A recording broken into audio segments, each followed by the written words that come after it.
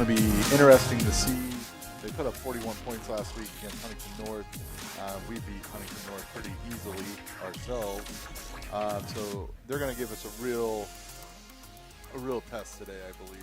And they've got a pretty good running game.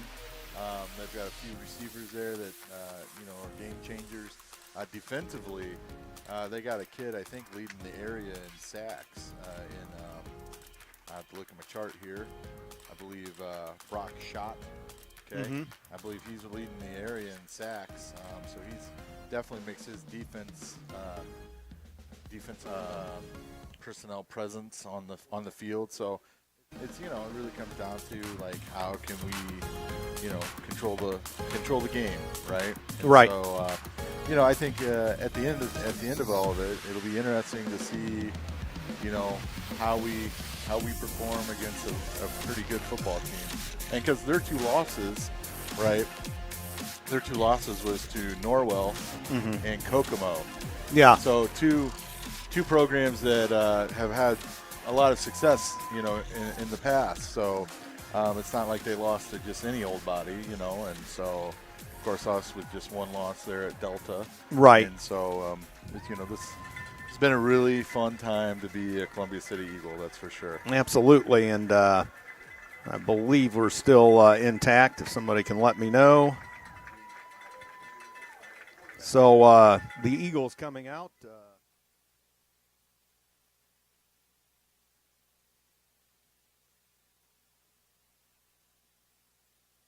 Go out over there by their locker room.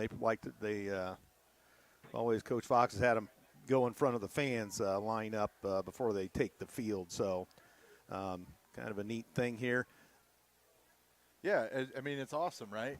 Because you're building traditions, you're building Yep. cultures, you're building, pride for your program, all that stuff, right? It gets excitement going. You got the music bumping, okay? You got the fog machine going. You're running out of the tunnel. It's like all right, let's play, right? Yeah, exactly. So it gets it pumped up. Right, it gets excitement. Like this is a big time college program, right? That's the feel you're going for. Okay. And here come the Leo Lions as they come out from the northeast locker room there. Jason Dorfler, the head coach. You might recognize that name from Fort Wayne football over the years. Of course, Dean Dorfler and Dale Dorfler, longtime coaches at Northrop and Northside. And this the son of one of the Dorflers. I'm not sure which one, but so new coach and new system for the Lions. And Columbia City awaiting in the tunnel down here. Last week, as Coach Hirschman said, 41-6 Leo over Huntington North. Columbia City 42-19 over East Noble.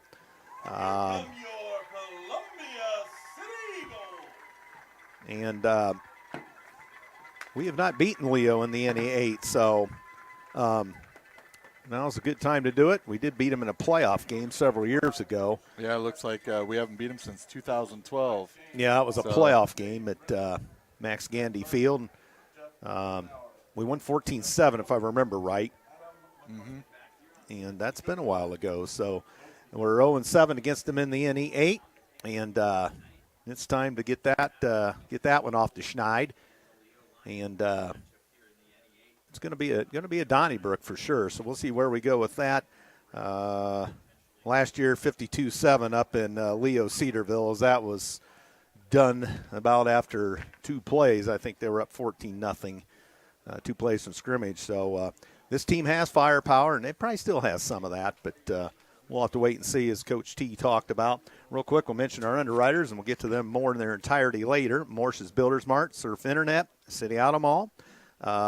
Let's see, BlueLineBins.com, that's a new one, dumpsters and roll-off services. Move Over Ice Cream, and the rest appear to be basketball season. So week 8 already, sectional draw Sunday night. So we'll see who we play. In sectional, I think we're still 19. Yeah. That I couldn't tell you. Yeah, they realigned them. I was talking to Coach Clark today about who they realigned it kind of back to the one we used to be in. Minus Logan Sport. Yeah. And so back to about to where we were about 10 years ago. where Angola and Southside. South and Wayne are back in. it, yeah. Which that could be an interesting matchup, right? Columbia Yep. City versus Wayne High School. If that, we had that matchup a few years ago, and it did not go well. Plus, they have that outstanding running back right Lamarian now, Nelson. And he just got picked to be on the high school All-American team. Yep. The Army All-American. That's incredible. Yep. Right? And so that would be definitely a challenge for us if we were to draw them on Sunday. Hopefully we don't draw them in the first round. Yeah, Northridge and Northwood are out. Right. They're back. They're back on the west side. And so other notable games tonight, Belmont versus DeKalb, Norwell, Huntington North, and East Noble at New Haven. East Noble will probably get back on the winning track after taking that, and I don't see how Huntington could even come close to stopping Norwell. No, and they've got some injuries. They're a banged-up Huntington squad, too. Yeah. And then Belmont, this might be their one opportunity to sneak in a win before the season's over. Yep. But I'm pretty sure DeKalb will probably take care of business with that one. Probably. And so the sectional draw again Sunday evening, so check your local outlets for that. So Columbia City, I believe, won the toss and deferred. Columbia City in all black tonight. The old gold numbers, the maroon trim, gold helmets. Leo dressed in all white. Purple numerals, purple helmets. Glad you're with us. And it looks as though Urban's back doing the kicking. He'll kick north to south here. Game time temperature, a little chilly. And it's windy out here. Nice kick. Low liner, and it's going to go into the end zone. So the touchback. And Leo begins it at the 20 in the NE8 battle. Hoping to win our first NE8 game against the Lions. This, I believe, I always lose track. This is either 8th or 9th year of the NE8. Well, it should be the 8th because I think Coach Foss coached last year in the NHC, his first year, if I remember right, yes. Well, his first year would have been 2014. Believe so. Leo spread out, one man in the backfield. 2 receivers each way, and the quarterback, Furnish, hands off. He's on the fly, has a man caught out in the sideline, Zeisloft, and several Eagles wrestle him out of bounds. Going to give him, 8 or 9 on the forward progress. So Zeisloft found some space there. Yeah, that was well executed by them in the spread offense. And they're kind of running a little bit of a hurry-up now. So, Furnish. I think it's number 1 is the quarterback, is it? There's number 7. Oh, it's 7, okay. Kyler Decker. Let's get started right here, Thompson. So Decker in the shotgun. Again, a couple of receivers each way. This time he hands off, and into the pile goes Leffler. Well, a short gain. 3 yards. First down for the Lions. A minute 51 into this. That gets the chain gang on the move right away. But they're going to have a cold night over there. I used to do that. That was always fun. Made me wonder why I didn't play football in high school. We got trips to the press box. So they still go with the spread again, Coach. They're trying to get us early. So, again, Decker out of the shotgun.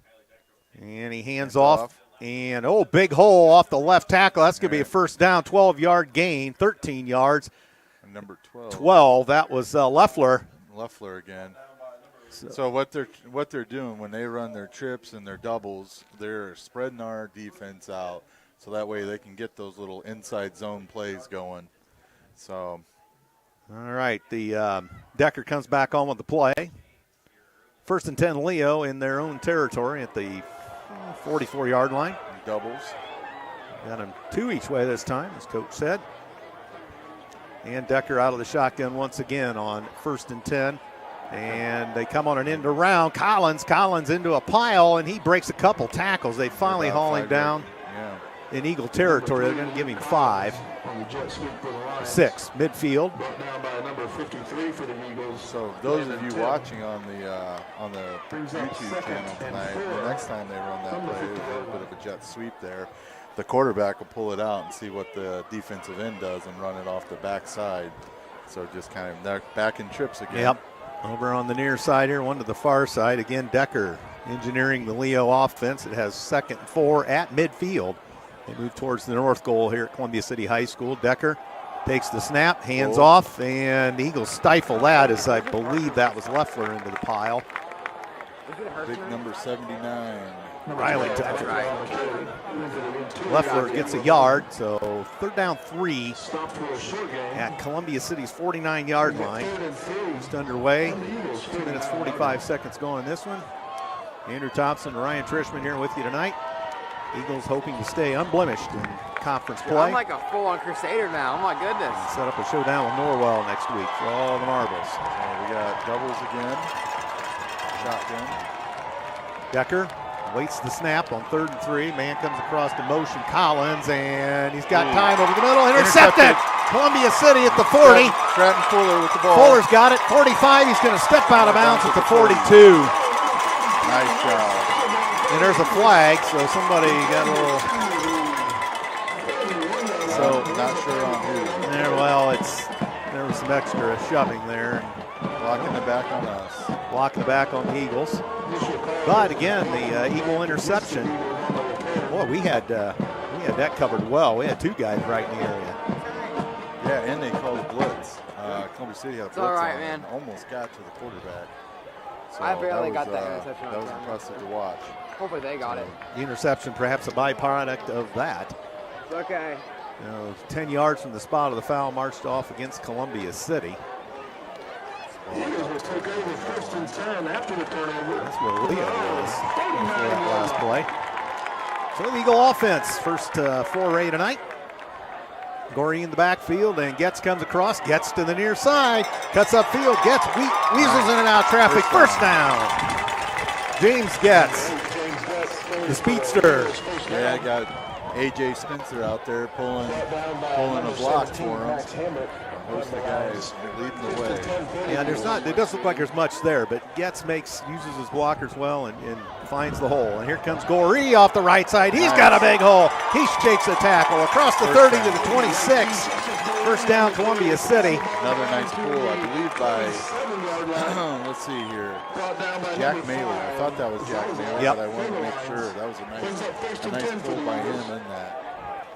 8:20 to go in the first. Columbia City 1st and 10 at the Leo 27 on the move here. Here comes Sievers wide right with Gorey, the lead Nice block. cut. Nice cut by Sievers. He's going to get about 6. So they're chewing up the yards. This Eagle running game, we just never know who's going to carry the load. Sometimes it's all of them. Right. You know, the kids were talking about their statistics the other day, and they're like, it's like, well, it's all pretty balanced. Yep. So this time, Gorey Piper with the hands ball. off to Gorey, and he's going to stumble ahead, tripped up for 3 yards. Should set up 3rd down 1 for the Eagles. Long one. Long one. Well, you're definitely in two down territory here. So Piper up under center. Here comes Getz in motion. Piper tries to keep it himself on the hot seat. No. Throws it. And that's going to be. And should that have been a no? That's incomplete. It's Piper under duress there as the Leo. Well, he was outside the tackle box, too, so that couldn't be intentional grounding. 4th and 2. I think he got it to the line of scrimmage. So 4th down, actually 5 now. So the Leo defense stifled Columbia City there. Who moved the down marker? Well, that's where they spotted it. The 31 or 21. It was 3rd and 1. Now here comes the linesman. Yeah. Hold your cards, everybody. Kind of. So Still freezing cold, but I'm trying to get some good shots here here. on the far side. I'm doing it to get the good shots, man. It should be about 4th and 1. Yeah, it should be 4th what it and was. 1, not Oh, man. because it wasn't a fumble. No. 7:27 to go in a scoreless first. We got the convention of the officials minus the umpire. He is standing back there. Jim. Taking on, or looking on at the goings on. So now they're going to tell the down marker up here. Now confusion reigns supreme here. There So we go. There we got There the we go. incomplete Now they got pass. it. There we go. So it is going to be 4th and 1.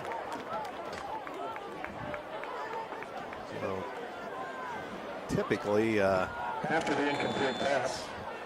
we see some sort of a sneak here sometimes, but with the 1.5 backs we have. Oh, I mean, they're they're going going to for try to it. plug up the middle. They're bringing everybody. Come on, in the guys. middle Yeah, look at in this that. play. Here comes everyone. Come on, guys. Got him to jump.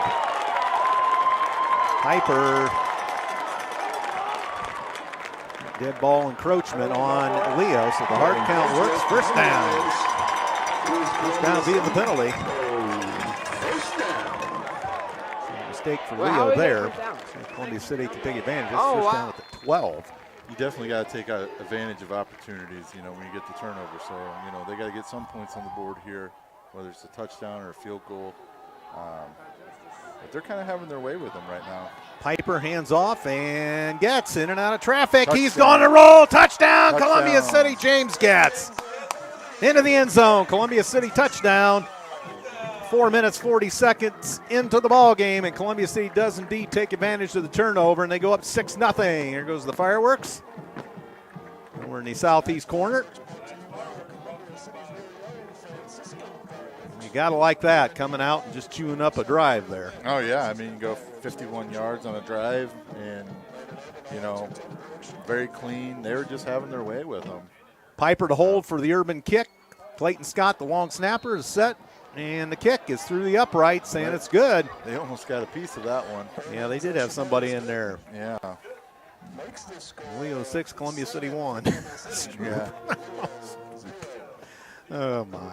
All right, your underwriters tonight, Morse's Builders Mart, located at 516 East Van Buren in Columbia City, with locations in Huntington, Wabash, Warsaw, and Goshen. Online at morsesbuildersmart.com, serving Northeast Indiana since 1871. Also, Surf Internet. They're transforming the Great Lakes region by bringing high-speed internet to rural and underserved areas. Faster and more reliable internet is now available to both residents and businesses in Columbia City. More details about fiber internet, wireless internet, and streaming TV can be found at surfinternet.com. They can also be reached by phone at 888-274-6381. What was that time of possession for us? About 3 minutes, Yeah. if that. Well, let's see. I They thought, got it like right around 9 something. yeah, it was like So 9:40. more like 2 minutes. Yeah. Quick strike. But we grounded out on the ground. We did not throw it. Right, Urban to kick. And Urban puts it in the air. A little floater, a little pooch, fielded by one of the up men. Bobbles it, got it back, 25, and sidesteps a man. Uh-oh, he's out there. Look out. 35-40, and nice job by Sievers to get him. Good return for Crawford. So that's going to be all the way out to the 41. So good job there by the Leo return man. Yeah, I mean he picked up, like, he was stuffed, and he picked up 10 yards just by Yep. you know, a little Bouncing. move to the outside. So here they come out. They come out in trips to the far side of the press box. Into the near. We're looking at an inside run here probably.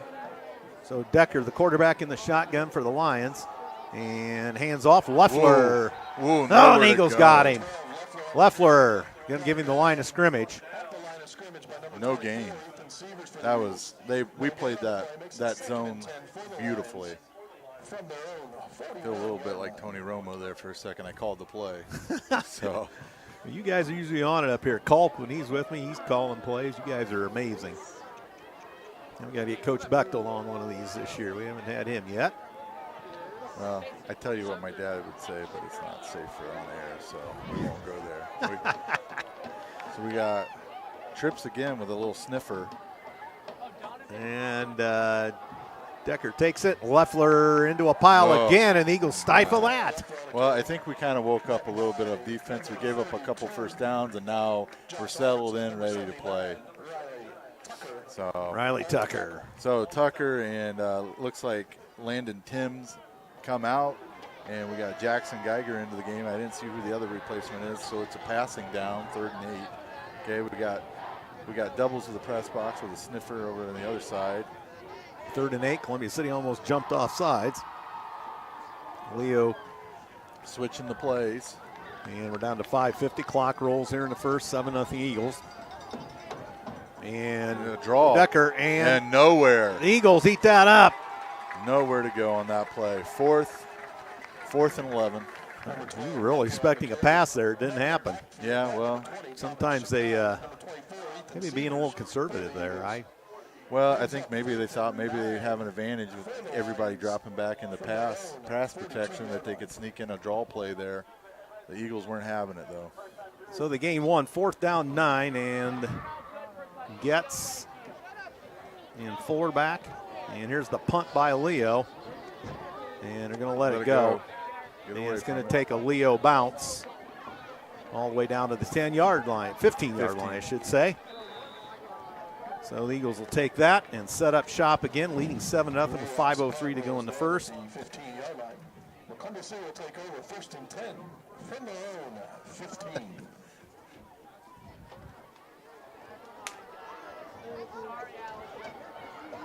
All right, Columbia City sets up shop, moving north to south still. Still a little chilly in here tonight. Yeah, the air on?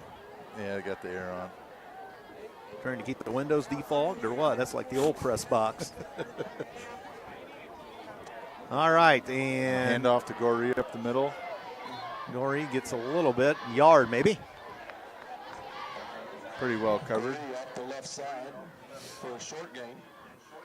So 2nd down 9 for Columbia City. Number 13, Jason Keller for the Lions. Keller, the tackle for Leo. Piper up under center for Columbia City, and Severs Severs with is the going to. ball. Oh, he stripped a tackle. Severs up the sideline. Wow, He's going to that get near the hurdle. first down.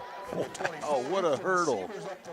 And he gets all the way, out near the 27. 3rd down 3. Maybe I should get him out of the 100 and get him into running the 110 hurdles. Yeah, That looked pretty good. that's right. So 3rd down 3. And Piper hands off. Here's Goree. Comes out of the backfield, gets tripped up. No, he breaks a He's couple going. tackles. He's still going. All the way down to the 41-yard line. Wow, Or up to the 41, I should About say. a 13-yard gain on that play, right? Yep. And credit Goree. He had a couple guys nipping at his shoestrings. And Again, another great block by his offensive lineman, Jack Maley. Jack Maley coming around the corner and putting a wood on somebody. And Piper hands off, and Pletcher. Pletcher in and out of Oh. traffic. He got hit hard, but he got did. 2 yards. And we got a holding call. Yeah. Looks to be a penalty flag on the play. So we await the assessment here. I didn't get the the officiating crew's names tonight, but so 10 yards from the spot of the foul. It's like a Columbia City hold. So we'll replay 1st down. 1st and 10. Check that. 1st and 21. 22, somewhere in there. Clock rolling, 4:05 to go in the first, and they hand it Goree off with the ball. Goree. Goree Wow. gets some good yardage. Trying to rip that ball Yes, out. they were. He gets up to the 37-yard line, so he gets, about 6 of it back. Yeah. 2nd down, 14. Brings up 2nd down and 14 for the Eagles. Columbia City From their own. in the hurry up. No huddling yet tonight for either team, I don't think. No.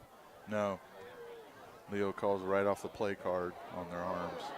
And here comes Getz. Getz has got a couple There goes blockers. Spitzers. And Getz around the side midfield, and he's touched out of bounds inside Leo territory at the 49. Looks like he's got a first down. Got First down. First down gets. So that'll move the chains. Oh, the chain gang, for whatever reason, hadn't moved yet. There they go. After the last thing, I think they're A little waiting.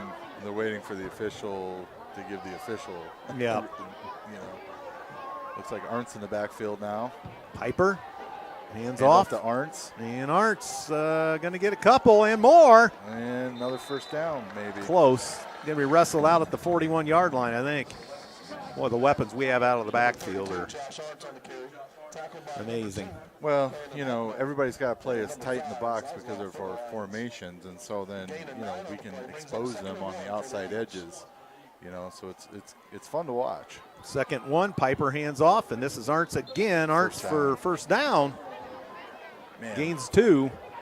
what a What a block by Jack Maley. He just came down and just creamed the guy on the line of scrimmage.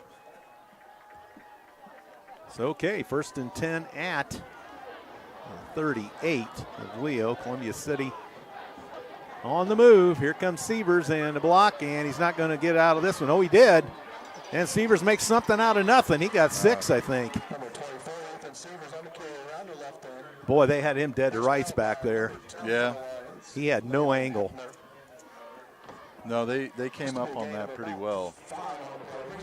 And that's got to be that's frustrating as a coach. You know, you're in the right position, and your guy doesn't make the play.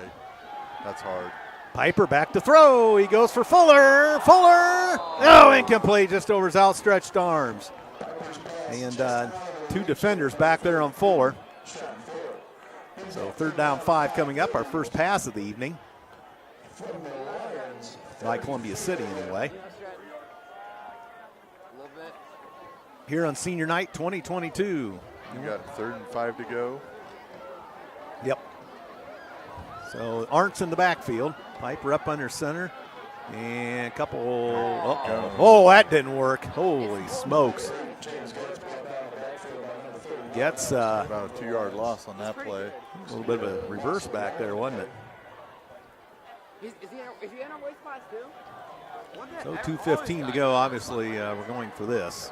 So 4th down 7. Yeah, I would suspect, you know, obviously Fuller's your target, but I'd like to see if they try to sneak Peyton Shear right over the middle of the field. He's lined up in that left tight end position over there. Piper up under center with 1:54 to go in the first. Piper looks. Piper fires. There it is. Got him. Oh, he incomplete. That would have been so good. Turnover on downs. Defense back out on the field. And that pass was right there. Yep. Leo had a hand right up in there, too. I don't know if it was him more or less losing the handle or if the Leo got a hand on it. Yeah, I couldn't tell you. It was just kind of a bang play. Indeed. So clock stops a 1:48 to go in the first. 7-0 Columbia City over Leo. Leo offense back to work as Columbia City turns it over on downs. Here we go again with the trips to the press box. And this will be Kyler Decker. He's calling this play out there, down to 4 on the play clock. They get it off and hand off Leffler into the pile. There's and nowhere to go. Leffler, they're going to give him forward progress for a couple. 2nd and 8. Makes it 2nd and 8 for the Lions. Perfect football weather for the players. Right. Yeah, you can't ask for nicer weather. Really haven't had to play in anything too terrible this year. No, not really at all. Trips again. See, they got Fuller on that Schrock kid. So here's Decker out of the shotgun. Across the motion, Zeisloff. And look out, he throws it inside. And nice pass. And 1st down and then some out across midfield. Tripped up by Arndts is number 9, Brock Schrock. Schrock. Or Schroff. Schrock. Shot. It's dark in here. So good, nice inside play there by Leo. Yeah, that was a nice screen pass that they ran. So they're 1st and 10 at the Columbia City 47, moving towards the north here at the stadium. Come out in doubles to the press box. I believe the tight end to the far side of the field. And Decker takes it. Leffler. And he's going to drag the pile for 4. So it's going to be 2nd down 6. About 25 seconds left. So if I'm them, I'm letting the play clock run down and get the wind to your back. Yep. Okay. So it'll be interesting. They don't need to run a play. They got going into the wind. So yeah. As the waning seconds come off the first quarter clock. He should, yeah. And Columbia City will take a 7-0 lead to quarter number 2. There's the horn. Siren, I should say. So City Auto Mall is an underwriter tonight on WJHS, home of the best sellers from Ford and Chevy, like the F-150, the Escape, Chevy Silverado, and Blazer. City Auto Mall offers a vast collection of cars, straightforward financing options, and ASE-certified mechanics for repairs and maintenance, right off Highway 30 in Columbia City. City Auto Mall may be reached by phone, social media, or on the web at cityautomall.com. Also, BlueLineBins.com is simplifying the waste disposal process, serving residential, construction, and commercial with lightweight dumpsters and roll-off services. Blue Line Bins offers no obligation estimates for construction, cleanups, and more, and has bins delivered. Blue Line Bins rentals available at BlueLineBins.com. 260-416-8091 is their phone number. And also Move Over Ice Cream tonight. Building flavors from scratch. Move Over offers ice cream flavors including Rocky Road, Coffee Crunch, as well as nut-free, sugar, and sugar-free flavors, plus hand-built delights that change weekly. Move Over is a plant-based ice cream shop for those with either sensitivity to dairy or allergen, or are taking a more healthy approach. Located right across the furniture store in downtown Columbia City. Move Over Ice Cream. So we come back, more like second down 7, I think. As Leo will move it north to south, or as Coach Trishman alluded to, with the wind. And a couple receivers out to that far side. Doubles to the away crowd. You got tight end. He shifts over to the trips. And Decker out of the shotgun. Taking his time, hands off. Leffler's got room around the left side. Leffler breaks a couple tackles near a first down. Yeah, about 2 yard short. Captain Klimek checks in tonight. Welcome broadcast, Captain Klimek. So we're underway in the second here. Big game for both squads. Columbia City only giving up 8.7 points per game on the year. So now they changed the play again. Decker. Well, I would say there's probably going to be an inside run. Definitely in 2-down territory. Timeout. Timeout Leo. for Coach Dorfler and Leo with 11:13 to go in the second, and a 7-0 Columbia City lead. Leo coming in at 5-2 tonight. Their losses to Kokomo and Norwell, as Coach T alluded to earlier. And they're only giving up 18 points a game, scoring 25. Not quite the offensive onslaught from a year ago, but they will close against hosting DeKalb next week. Well, meanwhile, Columbia City will go down to Norwell with the usually typically cold and windy courtyard. Yeah. And that's many a times they've stood on top of the press box in all my Carhartt gear, trying to stay bundled up long enough to, stay warm. I went up there with Coach Kirby once, and that was a little bit spitting snow or whatever it was, but never very warm when we go down there. Usually that mid-October date produces a cold night. Right. And there's no wind break. No, that's just a wind tunnel down there at the courtyard. In a field from east to west. Yep. So here we go after the Leo timeout. Oh, they come out in a different formation, more of like a pistol pro set type. Yeah, we'll see. I haven't seen this yet. Yeah. So Decker, man goes across in motion. Decker takes a high snap, hands it to Leffler. First down, he chews up about 6 yards. Yeah, a lot of Columbia City Eagles running right by that play. Got to motor down, make a tackle. First and 10 at the 33-yard line. 1 minute gone in the second, 7-0 Columbia City. Columbia City making a couple substitutions there. And they bring the same formation.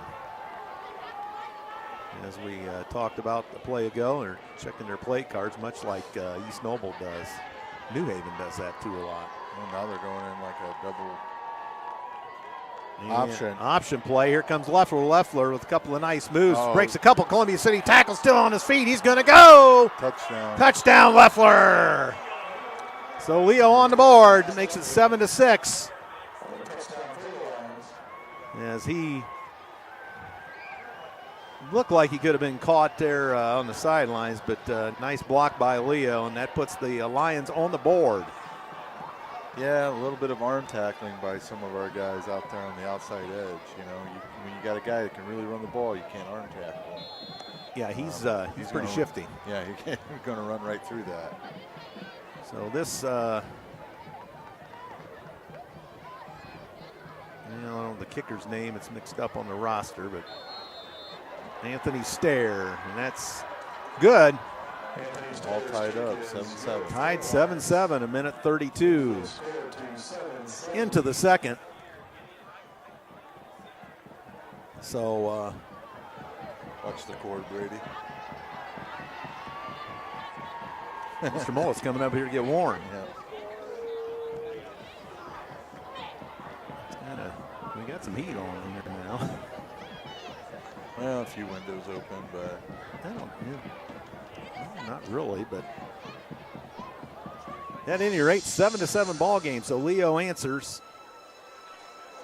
Columbia City had an opportunity to maybe go up 2 scores, but turn it over on downs. So the Eagles will get their turn back on offense now. Almost full moon rising over the horizon over there.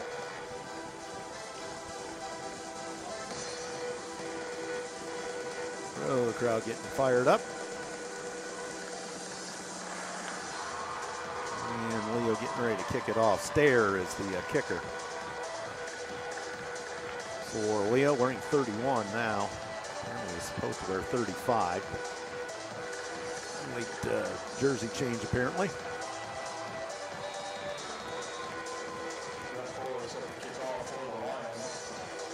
I don't know, I'm going to say Fuller's going to kick. yeah, different kid.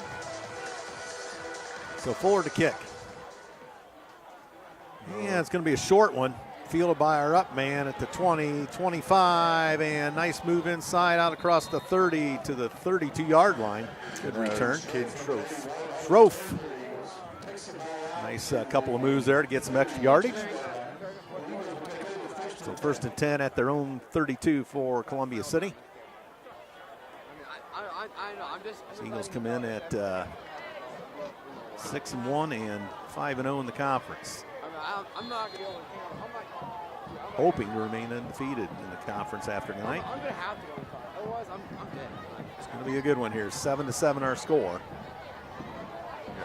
Fuller to the press box. And Piper hands off and coming around the corner. Severs, nice cut. He gets hit hard, bounces off a tackle, and is going to be knocked down at the 35. So 3-yard pickup. Zeisloff, the tackle for the Lions. 2nd down, 7. As we hit the 10-minute mark to go in the second quarter. Piper, hands off, and Gorey. Well, no, wait a minute. Piper kept it, and he got a couple. Yeah, I got fooled there initially, too.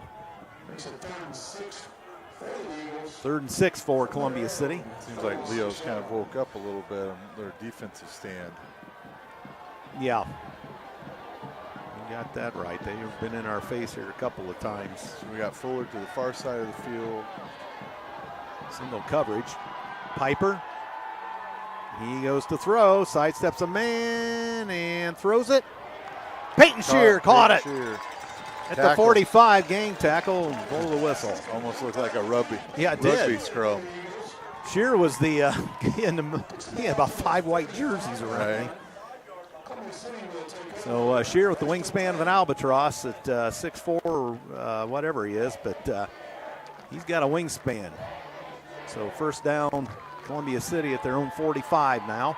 Big 3rd down conversion, and nice run underneath, and still on his feet is whom? We get up to the 49. Ethan Severs, I believe. Severs, yep. So that's a good gain, 4 yards on the 1st down play. Going to give us 3 officially.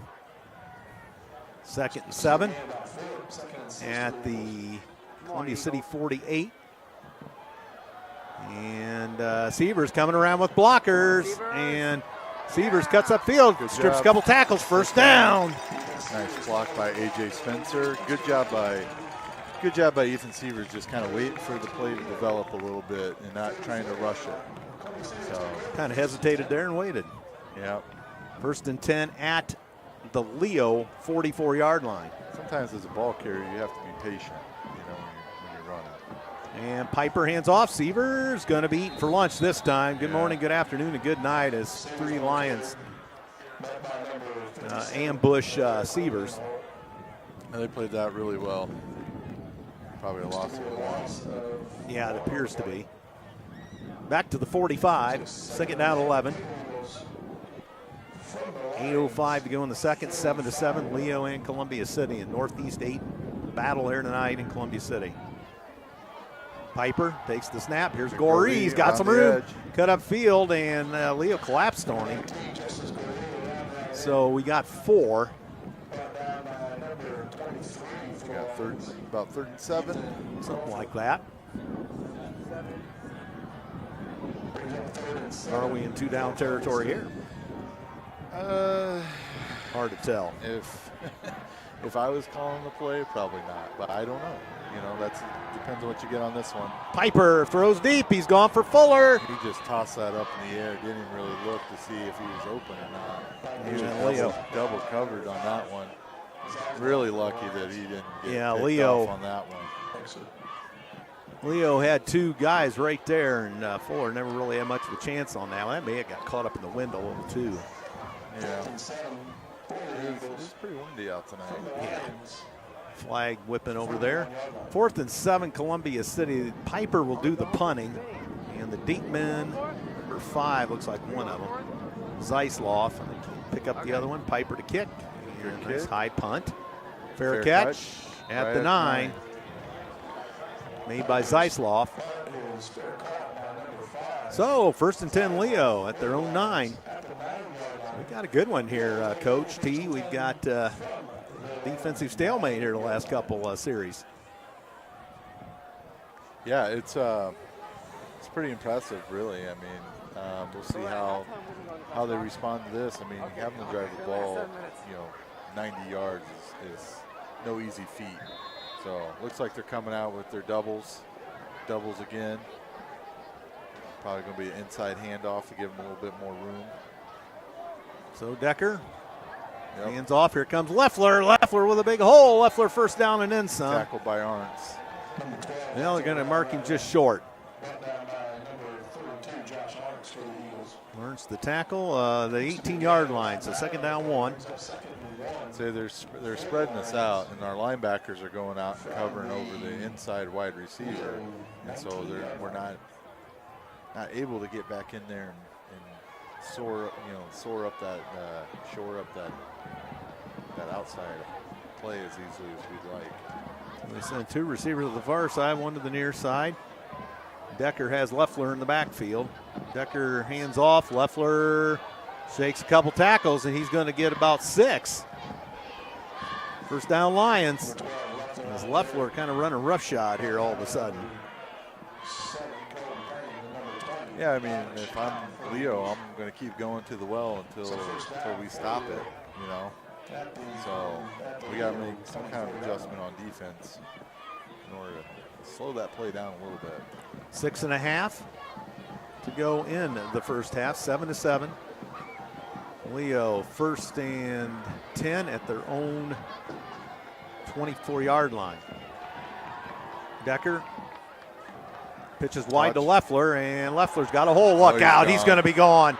50, midfield, and Arntz is back, and 30, and they trip him up. Ian Stahl with the tackle. All the way down to the 18. 16. Boy, he's dangerous.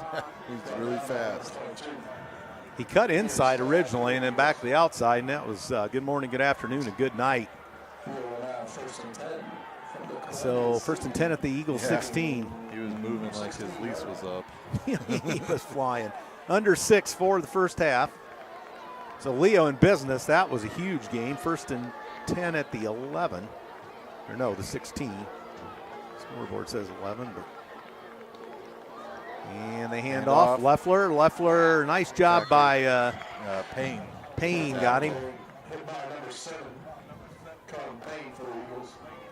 So that was a gain of 2, I believe. 3 maybe. Looks like a. So How do we respond? It'd be Yep. nice if we could hold them out. Yeah. Make them. Well, they're going to go for it because I think their kicker is a replacement. You think so? Maybe that was yeah. the reason for the jersey change.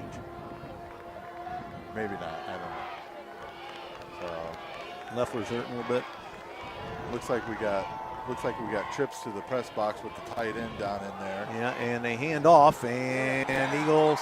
Nice job. Loss on the play. Good job, Arntz and Payne. Josh Arntz and Cohen Payne on the tackle. Fuller on the run as he came towards the near side, but a couple Eagles drilled him. So now we got 3rd and 9. 4:44 to go in the half. And it's going to be at the 15-yard line, 3rd and 9, Leo. 7-7 ball game. It's been a good one. So they send 2 receivers each way. Decker. Again, trying to spread them out. It's probably going to, I would say they're going to run 2 plays. Timeout. Timeout. Leo. I mean, I'm not kicking a field goal here. I'm running 2 plays. You know, I'm going to try to pick up some yardage here. And then, you know, if it was me personally, you know, I'm running some kind of QB rollout so my kid has an option to run the ball or throw it. So, you know, we'll see what they do. But they've had some success running the ball against us tonight, so I don't know why they would go away from that. Yeah, is this the reason for the timeout then, setting up those 2 plays, you think? Yeah, I think their play clock was running down. Oh, okay. Because they were taking too long getting set up, ready to go. I think they were about up 2. You know, they were getting close to not being able to run, and you don't want to take a penalty here. No. If you can help it, you don't want to take a penalty here because you know that makes it even more difficult for you. So, well, here we go. All right, 3rd down 9. 2 receivers each way. They know they got trips out there. Trips out there, yes. So they're going to probably throw it up to Schrock up in the back corner of the end zone. Decker looking. He's going the other way. Out of bounds. Threw it out of bounds. As the intended receiver down there was Zeisloff. Well, looks like they're bringing in a field goal unit. Okay. So 12 to go in the half. They're bringing on a field goal unit. As Coach T just mentioned. maybe. I don't know. Well, I think so, yeah. yep. That little guy out, or the short guy out there is the kicker. So Decker's going to hold. Stay off the center and hit the ball first. And who is that? I can't get the number. Would be a big play if we Yeah. can keep him from getting it. No, he did not get it. Nope. Good defensive stand by the Eagles. Indeed. That's 35, and that's Stair.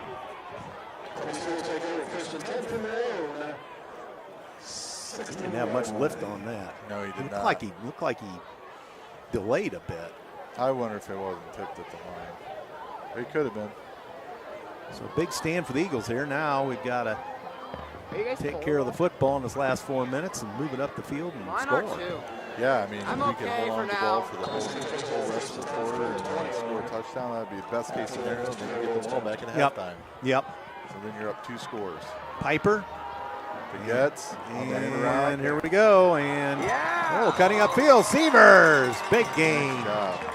All the way out to the Oh, 35. that was Noah Pletcher. Fletcher. Noah Pletcher. Nice block by A.J. Spencer again. 15 yards. You know, the guard play for the Columbia City Eagles has been really, really good. What they're pulling. There's Piper. 1st and 10 at the 35.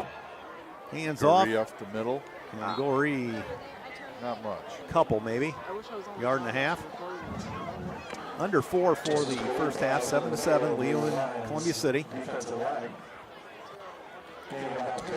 So they mark it to 37. They did give Goree 2. And we have all 3 timeouts. So. Yes. So Piper up under center. And this time here's Getz. Oh, and they got him. Look out. Whoa.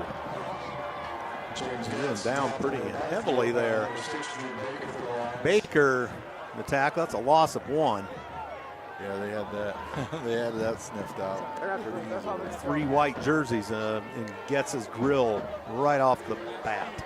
So now you're in a pass play scenario here. So we'll see what happens. Definitely don't want to try to give them the ball back with like 2.5 minutes left. No, you don't. 3rd and 11. 8 on the play clock. Piper up under center. Takes the snap. Looking to throw on the hot seat under duress, and he's going to get hit. He fumbled it. The ground caused it. He says down. So that's going to 4th down and 9. Yeah, here comes the punt team. Not the scenario you wanted. And after that defensive stand down there. So it looks like they're going to, if I'm Columbus City, I take all the way down to 2 minutes, take a timeout. Yeah. You know what I mean? You know, 2:10. Piper's going to kick. High snap. Flagged it down. Got it out of there. Not a bad kick. No. Good coverage. Let it roll. And Leo touched it. Columbia City got it. Whoa! Getz! What? Getz picked it up after they nicked the Leo receiver down there. I think the Leo kid thought that it touched one of the Columbia City guys. Why would you ever touch that? I don't know. And Getz did a nice job getting there, just fronting, right, waiting on the ball. Wow, what an opportunity! That is one of those plays that definitely changes the momentum of the game. Yeah, so the Eagles in business now after a Leo miscue. Minute 57 to go in the half, 7-7. Special teams play there by Getz. Piper hands off. Goree busts it, and he's going to give out 6. And Leo, after the play was dead, rips the ball out, but some of the fans getting a little irate below us here, and we love it when the fans get restless. Yeah. I'll tell you, last week, these Noble faithful, boy, they were honked all night. Yeah. They usually are pretty boisterous typical. crowd. Pretty typical for them. Yeah, I heard some amusing things that you couldn't repeat on radio. But so at any rate, 2nd, 3 Eagles, a minute and a half to go. As Coach T alluded to, 3 timeouts, and nice move, and is it Arntz down to the 5-yard line. Holy crow, 1st and goal. With a minute 23 left. So manage your clock. Right. Roll the clock. Zeisloff the tackle for Leo. Clock rolling in the minute 16 to go in the half. Let's see, a golden opportunity here. Got to punch this one in. Oh, for sure. For sure. 1st and 10 at the 7, or 1st and goal at the 7, I should say. You got Mighty Mo in your favor, right? Yep. Momentum. Yeah, and they threw him ahead, actually. 53 seconds. It's kind of like, I don't know what kind of defensive fronts they're calling in Leo, but it seems like every other play, they get it right. Yeah. You know, every other play, they're getting it right. So, down to 38, clock rolling. Columbia City huddled up. I'm not going to use a timeout soon if they don't get it on this play. And there goes Getz in motion, and Arntz. And he's going to have to call one now as he gets down inside the 5 to the 3. Timeout, Columbia City.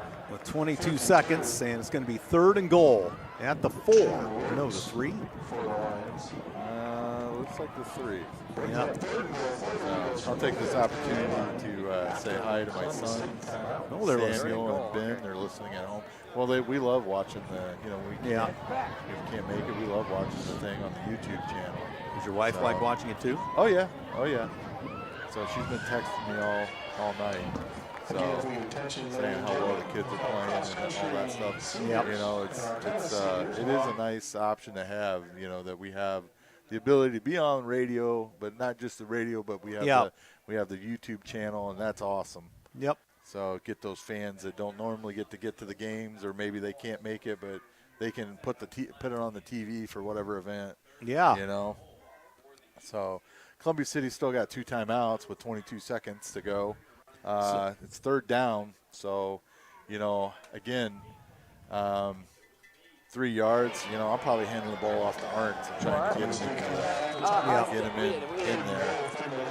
And if we do come up short, you call a timeout and probably go for it anyway. All right. Or Maybe. kick a field goal. Yeah. Take the points. Come on, Eagles. Okay, Maybe not. here we go. 3rd and goal from the 3, and they hand it. And here's Severs around the left side. He's going to get there. Touchdown. Touchdown! Columbia City. Severs around the corner. A.J. Spencer with a light block. He came up a little limp, but Columbia City Eagles on the board. Big score there, Coach. Yeah, that's a big one right before halftime and right before getting, you know, we're going to get the ball back. We're going to march down the field. You know, having somebody down 21 to 7 is a lot different ball game than a, you know, 14-7. You know, it gets you gets your blood flowing. It gets you involved in the game. Urban to kick. And up and good through the uprights. A little low, but I couldn't tell from here. a little line drive there. It is always hard to tell. So your score, Columbia City 14, Leo 7.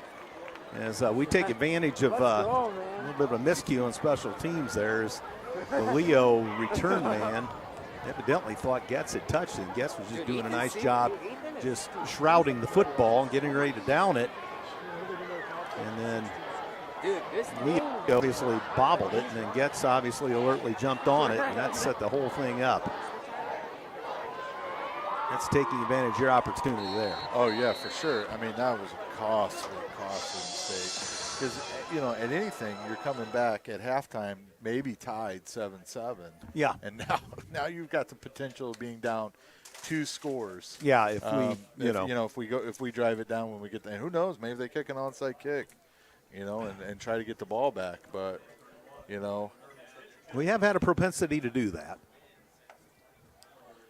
But I don't think at this point you do it. But. Well, no, I'm saying like Leo kicking off the ball in the second half. True. You know, maybe they try to shake things up, right?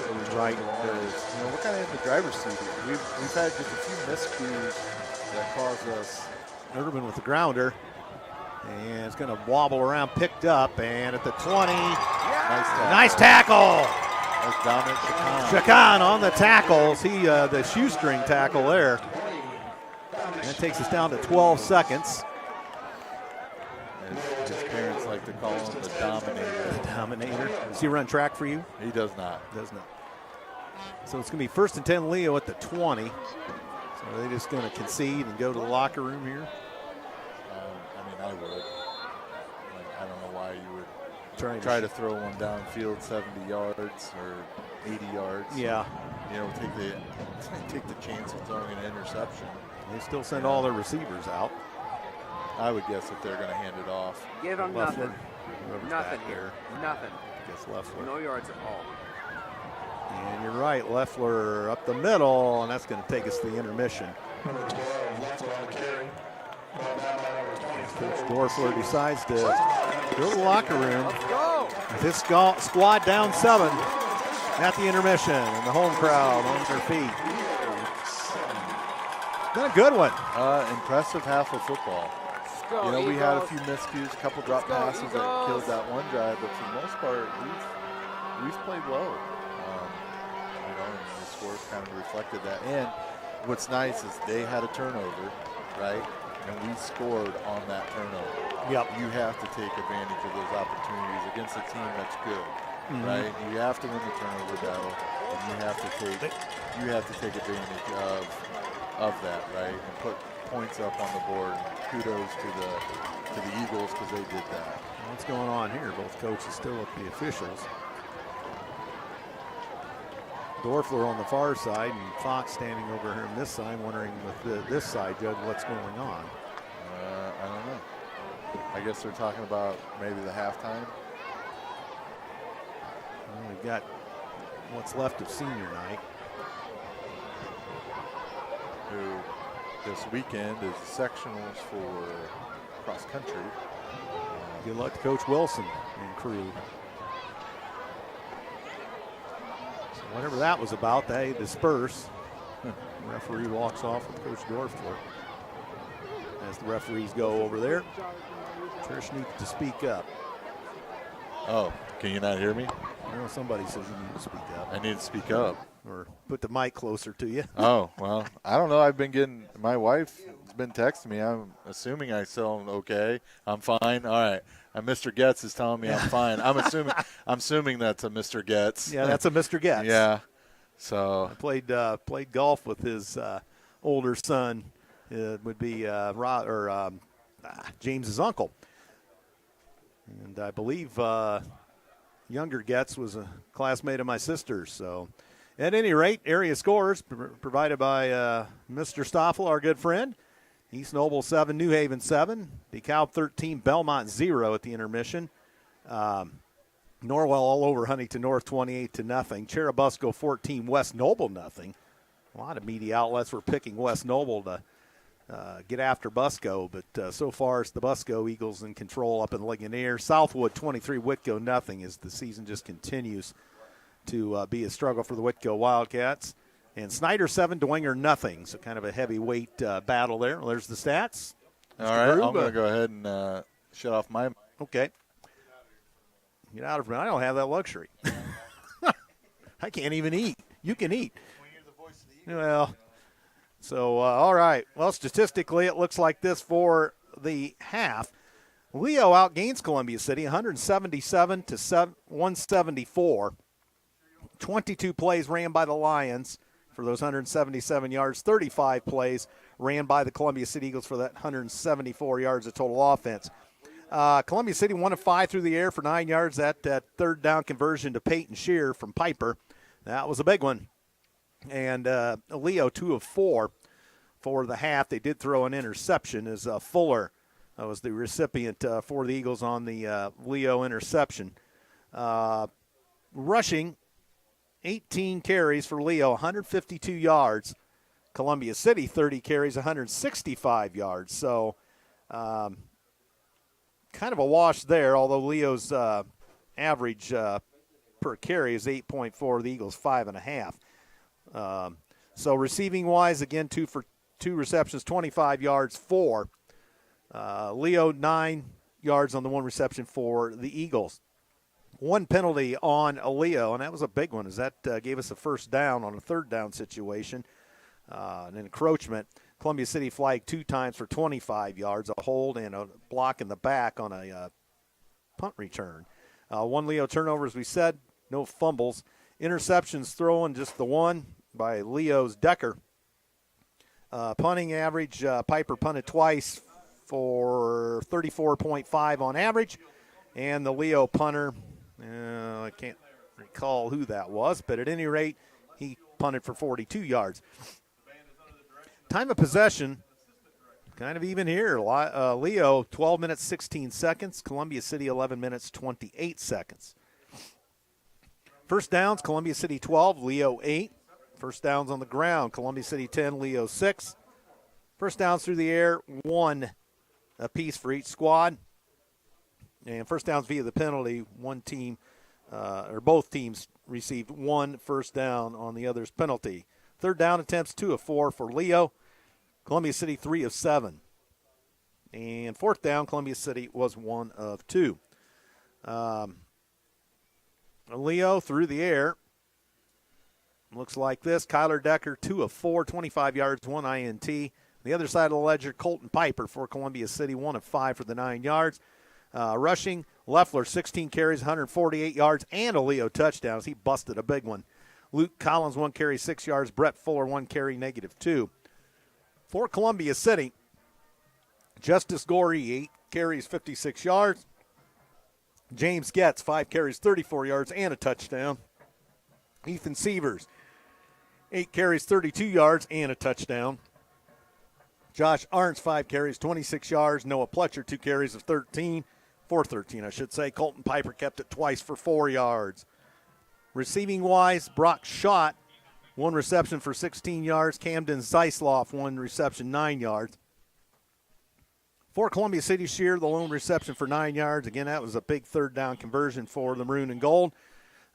Defensively for Columbia City, Chacon, 6 tackles.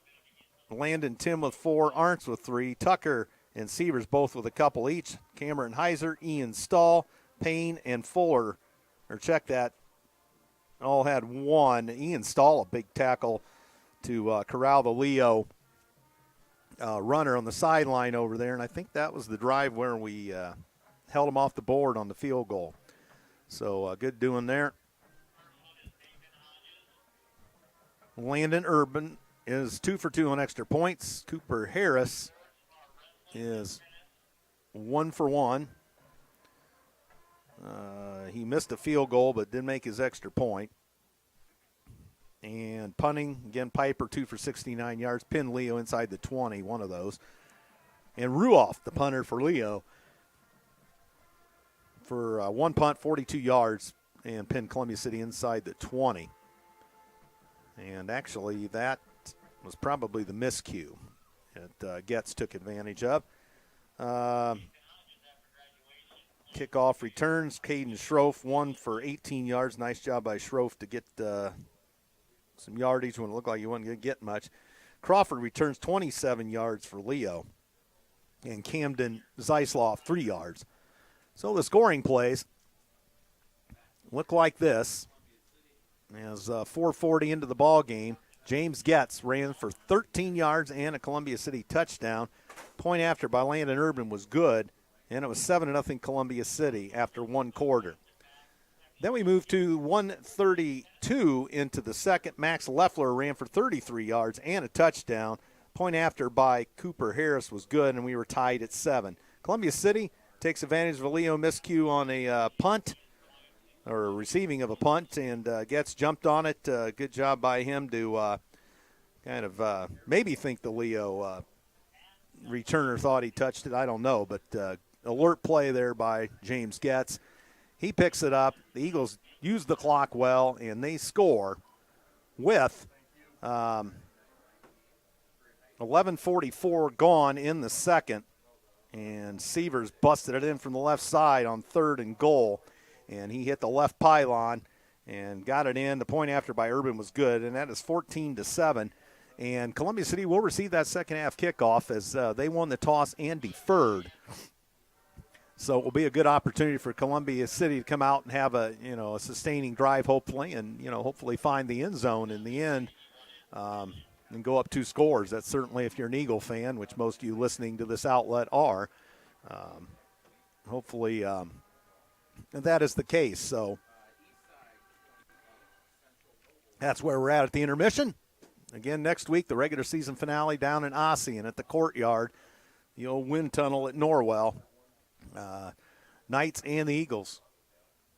If Knights and the Eagles win tonight, which Norwell's already up 20-0 on Huntington North. Meanwhile, we're in a dogfight here, but that could be both Norwell and Columbia City going in at 6-0 with the conference trophy on the line. Wouldn't that be something as the Eagles look to win their first conference title since 1990? And I tell you, the way that sectional sets up this year, and there was some realignment. It was the good old realignment year in a lot of the sports, golf included, which happened. And let's see, I was going to look at that sectional again if I can figure out where it went.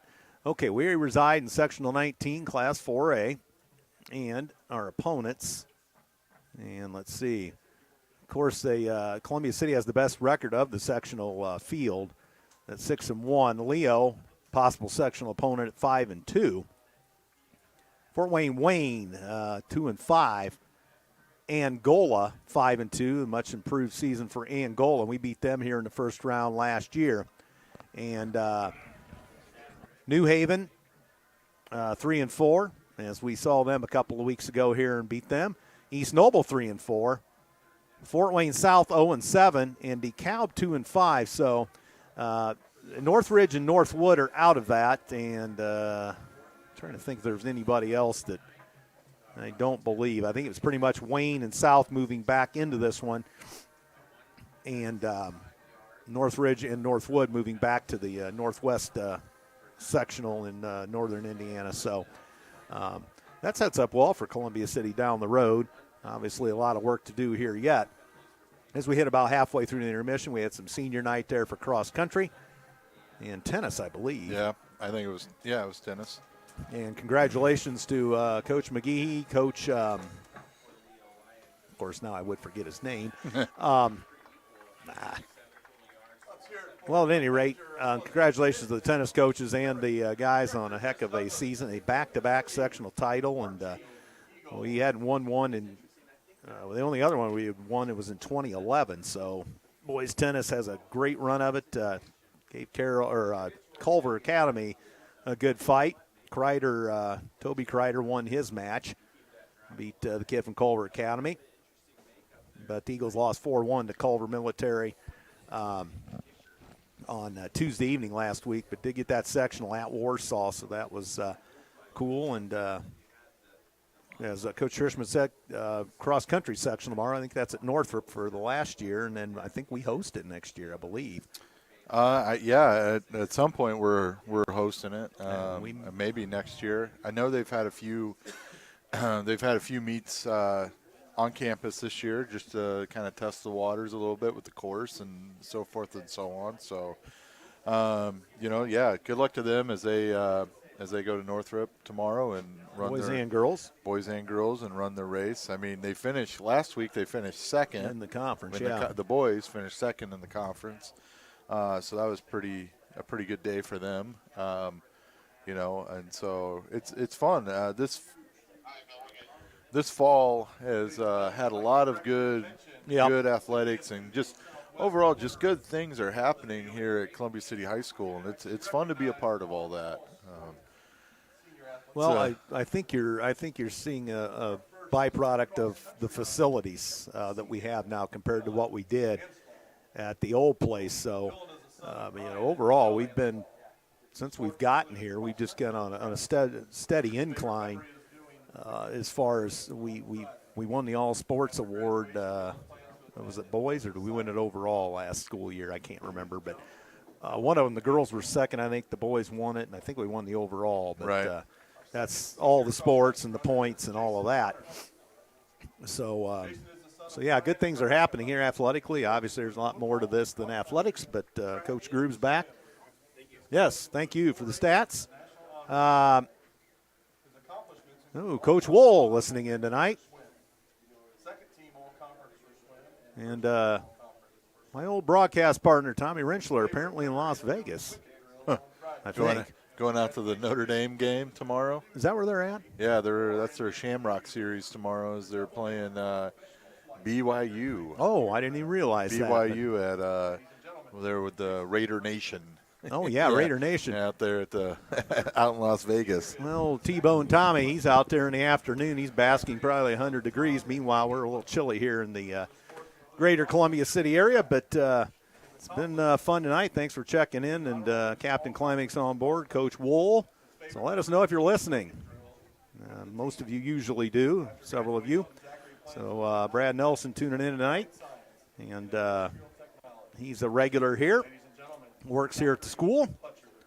So still got about 6 minutes to go here, and we've got to come out and take advantage of having that ball or for the first possession for sure. If you're coming out in this second half, first off, I would watch for something tricky, right? Mm-hmm. Watch for an onside kick or a little squib kick or whatever, and then I'd be trying to drive the ball down the field like we did in that very first quarter and go from there and get that score right away. When we had that 50-yard drive, the very first part of the game, man, that was super impressive. And so we got to get back to that and just get running the ball well. And we probably don't see too many changes. We just kind of keep up doing what we've been doing, correct? Yeah, I mean, why change? It's working. You're not going to win every play. Right. You're not going to win every play. So, you got to win the battles more often than not. And so, they're going to win one of those every once in a while, and they're going to stuff us in the backfield, and that's just the way, it's the way it kind of goes, right? Yep. And so, I think if we come out and impose our will on them, score right away, that's going to be tough for them to come back from. Right. Especially the way our defense has been playing. I mean, to come down and hold them to a field goal attempt and then, not get it right after a turnover on downs and, Well, and I believe the key to that, wasn't that set up by the Ian Stahl tackle to save the day over there? Right, yeah. Or the Leo runner probably would have gone in. Right, I mean, he ran, 70 70 yards, and Stahl comes across the field and makes a play right at the last little bit to save him from going in and scoring touch. Yeah. I mean, if he could have very easily given up on that play and just been like, you know what, I'm not going to go and try to chase that down. But I mean, he ran from the far side of the field all the way across. Yeah. Great pursuit angle, and that's the difference. That's the kind of kid you're looking for, right? That's the kind of kids you're looking for to, just never give up. It's a lot different than when we saw the kid from New Haven. Yeah, give up. There. The kid's supposed to be an old world receiver and let our guy go. Let him go and score a touchdown. Yeah, so so it's like mentality. Mentality is a big thing, right? Yep. Well, tell us about what's going on at Indian Springs. Obviously, you and I forget who your fellow coach is there. Coach Smith, who's on the other radio station tonight. Oh, that's Coach Smith. That's yes. Coach Smith, and you guys had a big win the other night and ran the table in the regular season, correct? We did. We finished out our regular season undefeated. This Wednesday this Tuesday we go to Riverview Middle School for a game against the Riverview Raiders. And then whoever wins that game gets to play in the championship. And so we're hoping to bring the championship back here to ISMS, and that would be exciting. We haven't won one since 2000. Yeah. So it's been a long time, long overdue. We've been close several times, but we haven't found a way to finish it. So we're working on trying to finish that. Now, that's the 7th grade. The 8th grade will play their final game of the season this Wednesday at home. 5 o'clock start, I believe, or 5:30 start against the Belmont Braves. So their season will come to a close this coming Wednesday. But good to see the feeder program or whatnot, junior high programs hitting on all cylinders, and actually that JFL thing is well stocked with young aspiring football players. So. That's a good thing, and football on the rise. And be nice to break a couple long droughts this year. It'd be really cool. I mean, the biggest thing, winning a conference, which we haven't done in 12 years, right? That would be awesome. Since 90. No, a conference. 90. No, we won a conference in 2010. Oh, we did tie for one, didn't we? Yeah, we tied one. 3-way tie. I'll take it. That's right. I forgot that's about a conference win. There'd be a few guys from that team would be like, hey, hold on there. Well, T-Birds were missing right. saying that. That's and then, right. like, the last sectional champion was 1993, right? Yep. And Coach Nelson on that squad, Coach Bechtold, among others. So they're chasing down some – they're chasing down some things, but, like I tell kids at the middle school, and I'm sure Coach Fox is telling these guys, look, we got to take care of business one game at a time, right? We can't look too far into the future, but we got to take care of business today, and then tomorrow we'll take care of business, then. Well. And so, it's fun. It's fun to watch them be super competitive, and and just the presence on the sidelines is so much different than previous teams in years past. You don't see a lot of guys standing around with their helmets off. You don't see them, you see them involved in the game, cheering on from the sidelines. It's awesome. Like you can really tell there's been a culture shift in the team, and that's fun to watch. Yeah, and this bunch is just relentless. They just keep going no matter what the situation. They really don't have their walls, so to speak. Like you said, you're not going to win every play, but there again, we're right there with a chance every time to execute. And for the most part, we have, and that's why you're 6-1.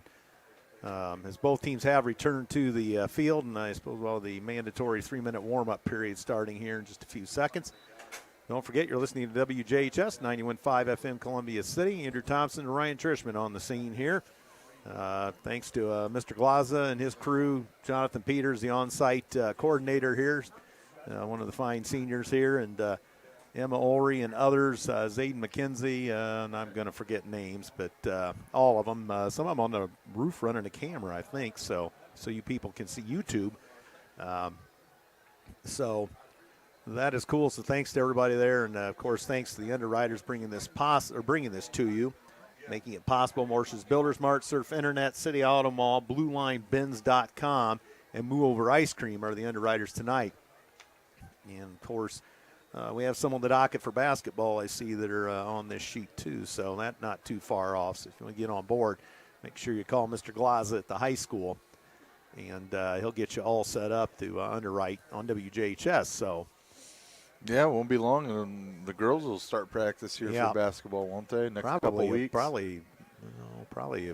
I think that usually a third Monday in October, I think. That's not very far away. No, it's it like, isn't. What, 2 weeks? Yeah. So I'm sure that Coach Shear's chomping at the bit to get ready to go. And good crowd on hand tonight. The Leo traveled well. That's probably the biggest visiting crowd we've had this year. Busco's crowd was good. Yeah, pretty similar. So the Eagles side of the field, the stands are pretty chock full, I think. So it's good that everybody's out here and we don't have too much COVID around. So everybody comes out now. Right. And it's a fun atmosphere for sure. So, about a minute 14 here in the intermission. As we see Officer Ansball on the scene. All right. There he is, one of my schoolmates. Yeah, don't take that out the court over there. So there'd be some Summit City sports people upset by that. Oh, yeah, trip that cord over. That's kind of like a hurdle and track. Yeah. So, closing in on commencing the second half. So we'll check Twitter real quick. I know Mr. Stoffel was checking some scores for us. Was that Mr. Doug Stoffel? Yes, it is. Oh, yeah. Also, the Bills is listening on their way to the IU game tonight. Vanessa and Brian, welcome to the broadcast. Have fun. And Carrie Bailey. Oh, my gosh, he's down in Florida tonight. Disney's open, so it didn't get lambasted by the hurricane like some of those other locales did down there, unfortunately. So welcome to the broadcast, Coach Bailey. I wondered why you weren't at Golf League the other night, but so lots of you checking in tonight. Eagle Nation alive and kicking. So 12 minutes on the board. Here we go. Leo set to kick. Schroff and Getz and Stratton Fuller. We send three back this time. And the kicker is number Fuller. 21. So Fuller to kick off. 14-7 Columbia City over Leo. Columbia City gets the ball to start the half. And nice they kick it kick. Towards. Looks like Getz. Getz takes it at the 20. 25-30. Look out here. Getz. Oh, he breaks the tackle. 40. He's to midfield. Midfield 40. Shakes. Bakes. And throw it out of bounds at the 33-yard line. Wow, what a play. No flags. Getzey. No flags on the play. Good morning, good afternoon, and good night on that one. Boy, once he gets going, it's just poetry in motion. Right. What a speedster. Holy smokes, I could only dream of running that fast. Well, I couldn't run that fast. Coach Bell's put a restraining order on me to keep him away from track and field. Oh. He's a baseball player. Very good baseball player from what I hear. Yes, Coach Bell on the PA tonight, and they There's hand off. Arts! And he's up the middle for 8 more. And you couldn't ask for a better start, right, to the second half of the game. No, you can't. Also, the Hedricks checking in tonight, Kevin and Karen, the broadcast. And Piper hands off, and now they're going to eat this one for lunch. Holy smokes. 3 Lions absolutely playing based aren't. First by number 71. Like you said, they tend to get us about every third play. Right. We'll take 2 out of 3, though. Right. I think Meeple said it best. 2 out of 3 bad. That's right. So 3rd down 2 for Columbia City. 3rd down 3 on the board. Almost a minute gone. Columbia City at the Leo 24, and they hand off, and here's Arntz. Arntz sidesteps a man. He's going to get near the first down. He's got it. First down. He's got it. Yep, there's the official signal. Arntz out. Corey in. Oh, we just keep bringing the weapons on. These guys are amazing. They just run down. Yeah. Nothing flash. Like, they're going to run at you. And, you know, better get out of the way. They use the blocks well, and Piper hands off. Second Goree. man through. Goree. Oh, no. Goes Getson. He's Gets going to for a score touchdown. from 21 yards. Good morning, good afternoon, and good night, Eileen, on that one. What a fake. Oh, my gosh. You thought Goree had it. I wasn't sure who had it. And then all of a sudden, Getz absolutely explodes. Second man through had it. And that was Getzy, and he puts us on the board 20-7. Minute 34, cut off the clock. Oh, I know. Quick strike offense, you'll take it. Right. The time of possession was fairly even. They actually had the ball a minute and a half more than us. Wow. So here's the kick, snap by Scott, and the hold by Piper. It's down, and the kick by Urban is good. Goes back to the track. So 21-7 is just as the doctor ordered, Coach T. We came out, did what we had to do, and we went up by that 2 score you talked about. Yeah, I mean, you got to have, man, if you come out like that and impose your will on a team, that's just something, right? And like that, it makes it hard. It makes it hard to recover from that. Right now, here come out, you know, we're going to come out on defense and hopefully, you know, get them to a 3 and out and put ourselves in great field position again. You know, so we'll see how the Eagles respond on defense. But man, that would be tough, right? Yep. That would be tough as an opponent to be like, oh man, they just scored in a minute and a half. Holy cow! So don't forget Morse's Builders Mart, located at 516 East Van Buren in Columbia City. The locations Huntington, Wabash, Warsaw, and Goshen. Online, morsesbuildersmart.com, serving Northeast Indiana since 1871. Leffler and Crawford back there for Leo. And this is Urban to kick. Actually, Zeisloff's back there too. Nice kick by Urban. Going to be fielded at the 10. Oh, they drop it. Leffler picks it up at the 5. And out to the 10, the 15, 20. Nice move by Leffler. He fumbled it. And we've got a scramble, but I think Leo got the football. Leo ball. So they actually gained yardage on that fumble. 58 for the Lions. Taylor. Oh, that could have been huge.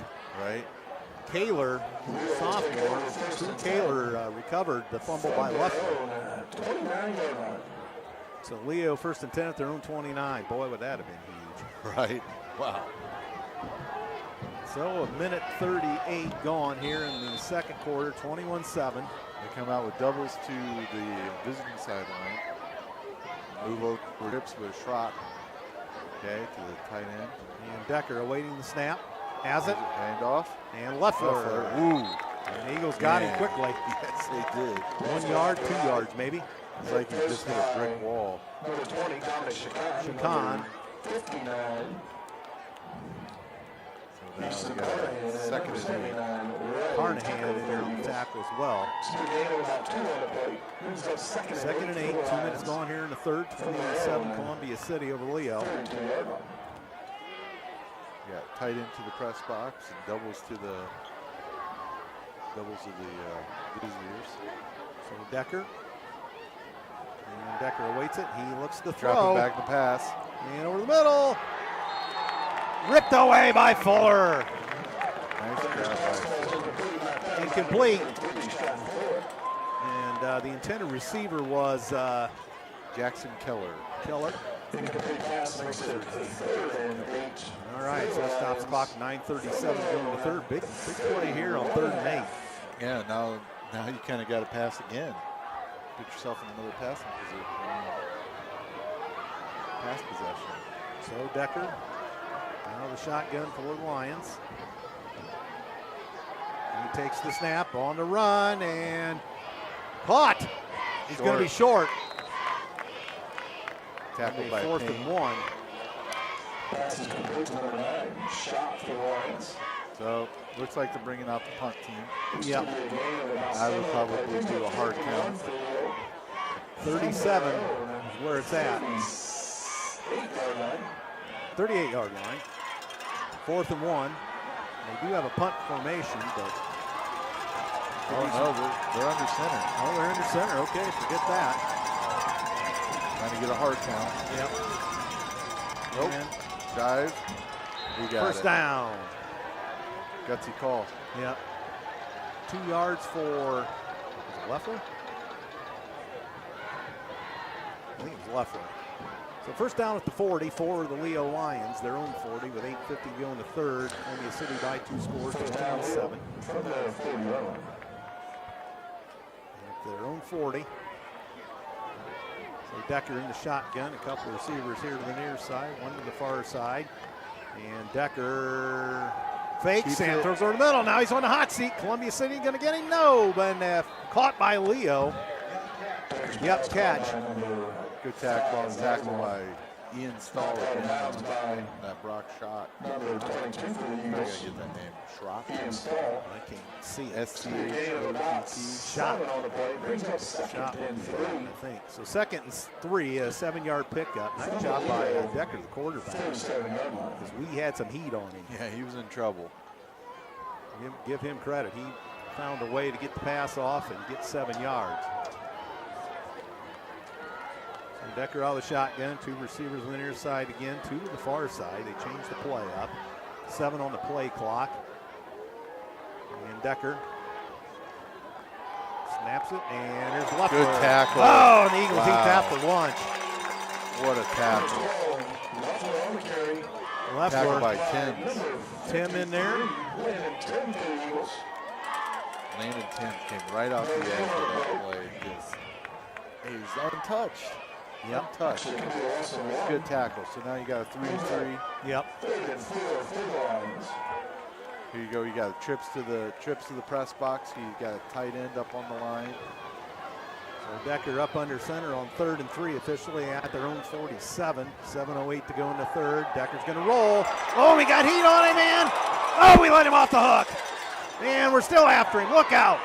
And he's going to get a first down out of all that. Holy Toledo. Bunker on the keep for the Lions. Credit Decker. We had him. To the Columbia City 49-yard line. Could not haul him down. We had about everything but First down. ripped one of his pads off, I think, or something there. Or, Trying to see what the penalty On the is. play, initial call is holding against the Eagles.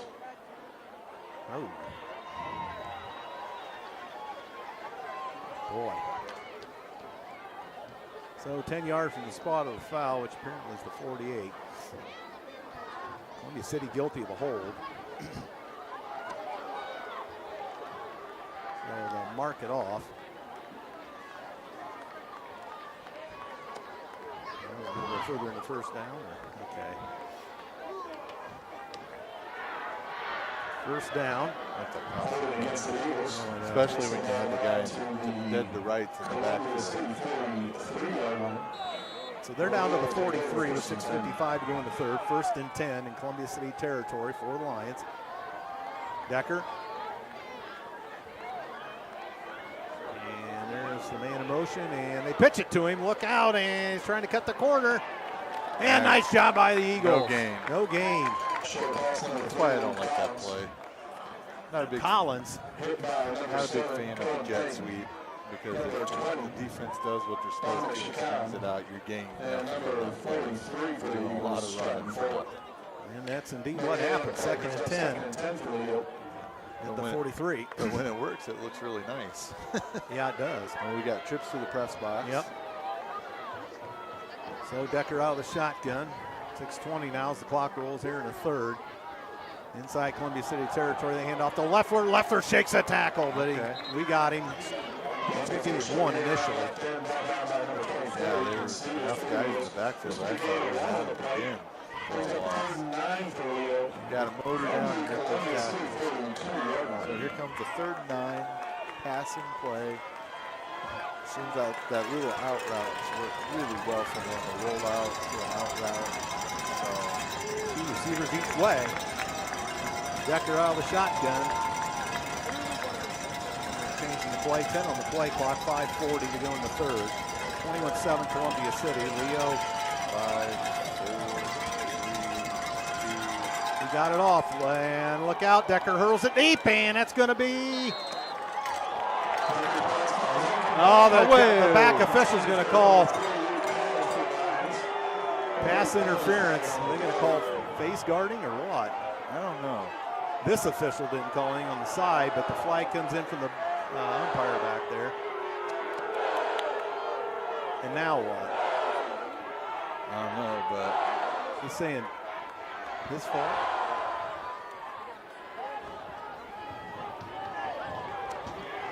Yeah, we did kind of. So another costly penalty on the Eagles, although most people didn't think it was. Because pass interference on the Eagles. 15 yards. And the Columbia City faithful get a little upset with the call. Takes the ball down to the Columbia City 28-yard line. 28-yard line now. Leo, 1st and 10. Now if you're the Eagles, you got to come up big here. 2 huge penalties. right. Defense has got to make a stop. Here comes the inside run again. 26, the clock frozen. Decker in the backfield. Man goes across in motion. They Counter. fake to him, and a good run off left tackle. Going to give about 5. Leffler.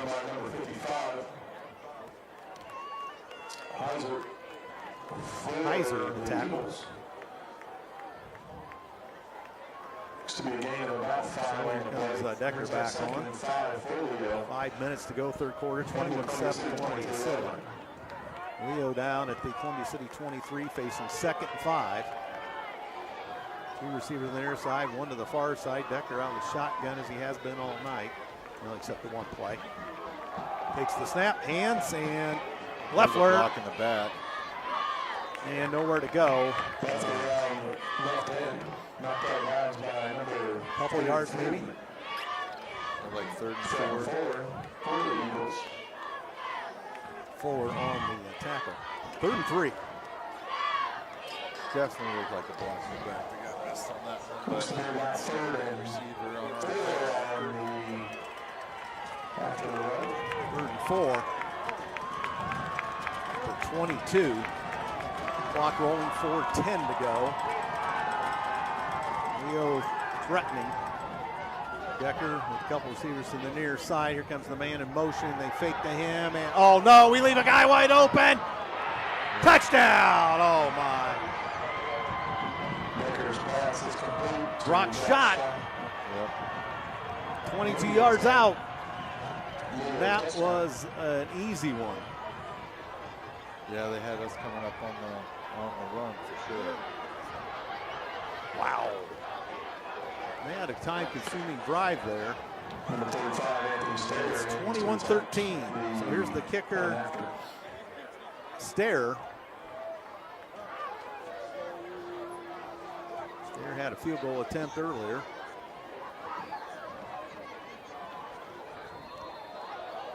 No good. No good.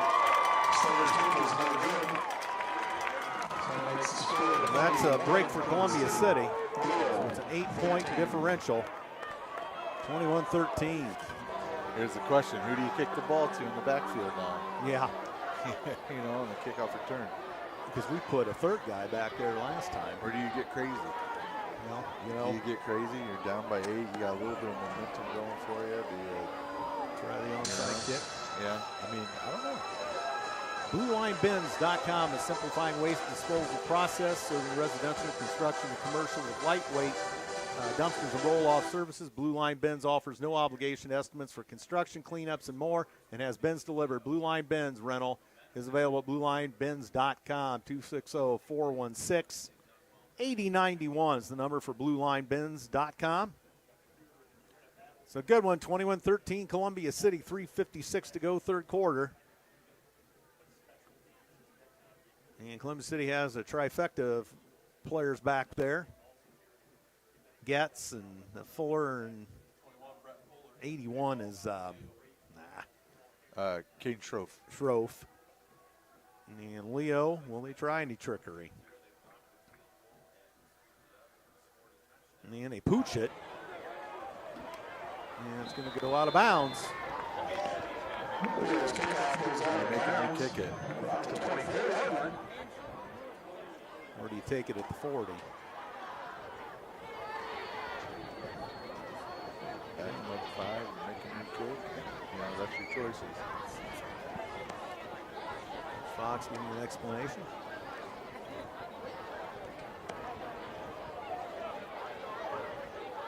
Five. 35 and good. And the first down for Columbus City from their own 35. From their own 35, here comes Colton Piper, the senior quarterback.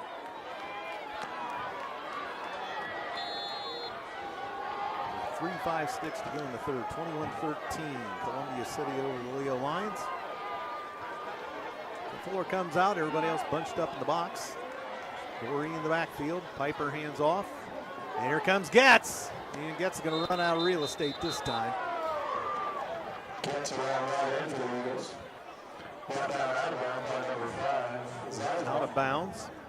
So we're going to give him 3. It's reasonable. Yeah, I mean, that's a decent first down play. We're used to like 5 first down plays, but. So there we go, 2nd and 7. Gorey Gorey, with the ball, nice run. and he keeps the legs churning all the way up to the 44. It's like we 43, 3rd and 2. It's like we got an injured Lion coming off the field. One. Aiden Furnish. That's going to be too many men on the field. He fell down, and Coach Fox is livid. They're going to blow it dead. We had the first down. Coach Fox getting talking to from the Yeah. official. As the Leo guy was trying to trip off, and So officials he timeout. down just before he got to the sideline. So Coach Fox going to get 2 officials over here for explanation. Columbia City went quick. Well, I guess it can't be too many men on the field if he was going off injured. Well, I mean, if he wasn't off the field yet, so if he was still on the field, right, but that's what Coach Fox was trying to say. Yeah. So the kid fell down. And, he should have just fell down from the beginning and just stayed on the field, and then it would have been a non-issue. Yeah. So 3rd down and 2. Big play here. Yeah, big Because play. we had the first down after that controversial deal. And they get Gorey to with the Gorey. lead, and he's stuffed. So that comes up. That moves big. Yeah. So 4th and 2. What do you do? Looks like they're bringing the punting unit on. I don't think you want to give up the ball there and give them any extra steam. I would. Piper to kick. Getz comes out as the shooter here on the near side. Piper to punt. They're going to throw it. They fake it. Caught. Arts inside the 40. Arts. Fake punt. I kind of thought that was going to come I did because think the kids talked about it this week in class, but I figured they were probably going to run a fake there. I thought about it. We did it a couple of weeks ago. So Arns picks up what? That's a darn, 22-yard gain? Yeah. So 1st and 10 at the Leo 38. And here comes Getz. And Getz. In and out of traffic. There he goes. Nice stiff And he's arm. down to the 20, 15. Good Sidestep. block. Touchdown. How big is that after a fake punt and now an Eagle touchdown? Right. No flags. No flags.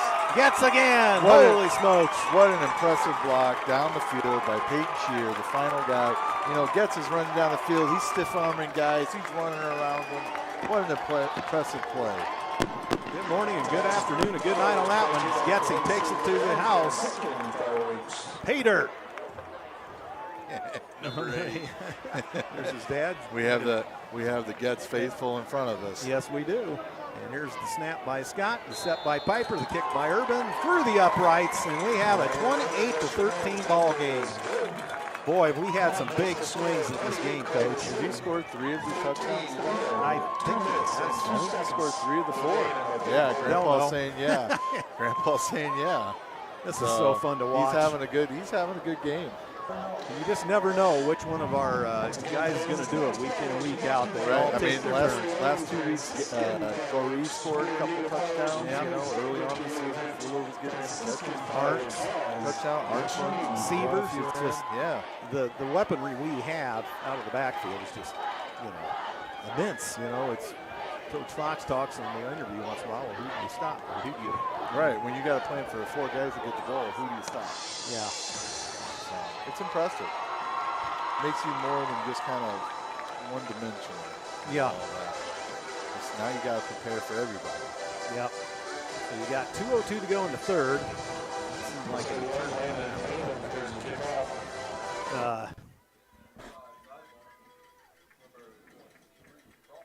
all right. It's been a dandy. 28-13. And there's a line drive kick, and is Leffler going to field it? He does at the 10, the 15, the 20, looks for a hole. He'll lose him.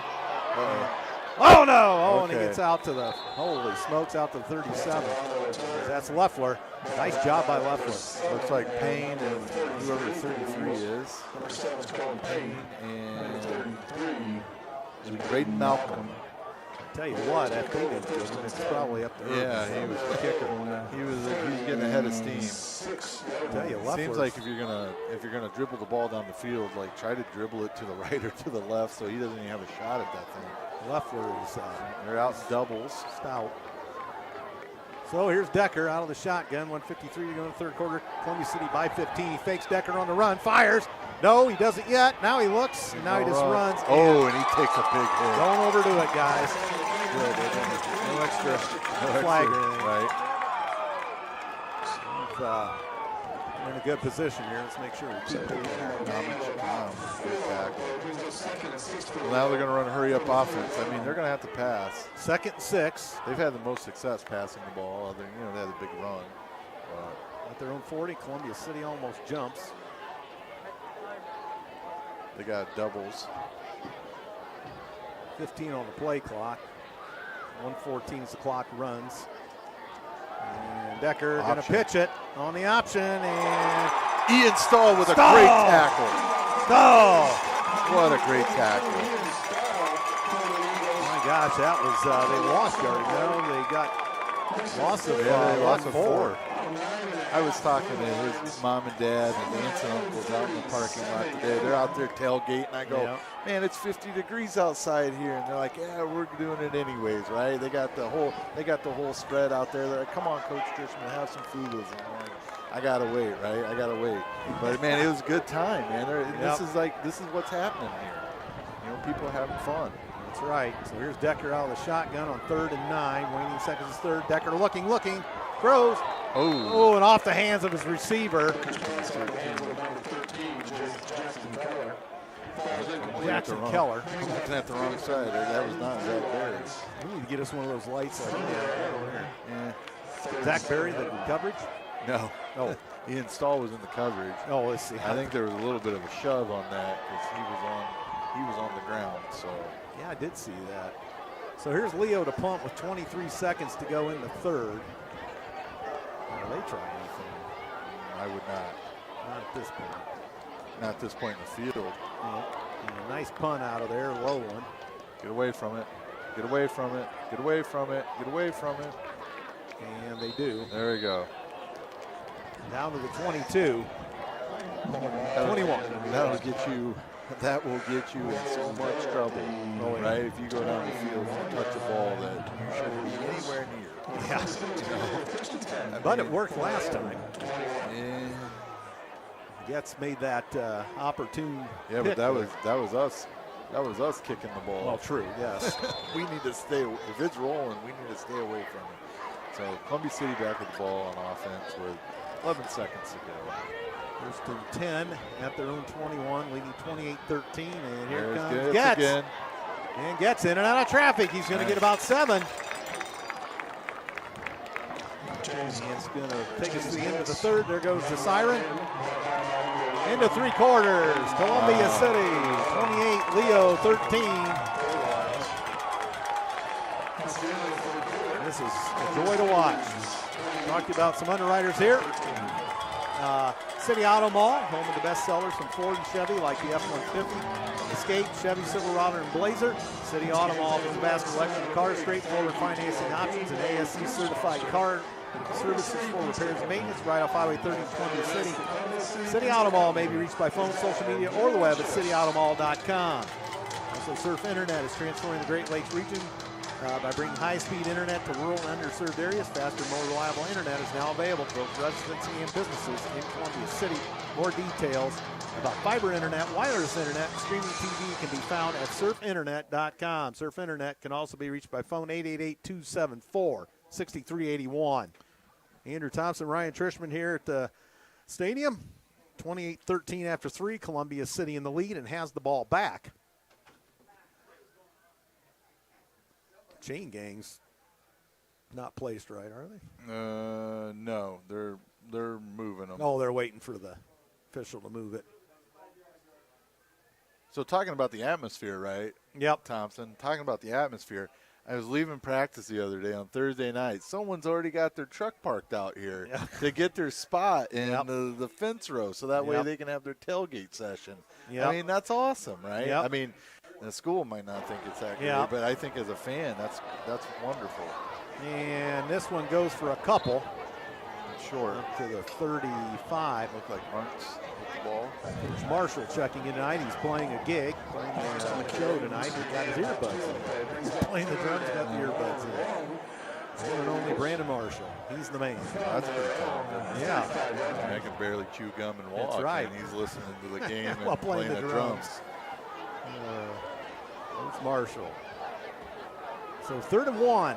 Ball at the 35. Got to get to the 36. Big play here. Under center. And Piper. I think we're going to mark him short. Yep. He's half a yard short.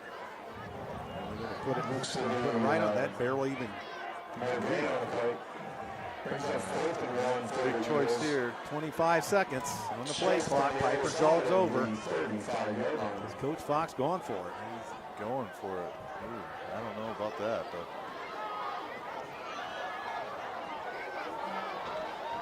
Probably a hard count. Then a timeout.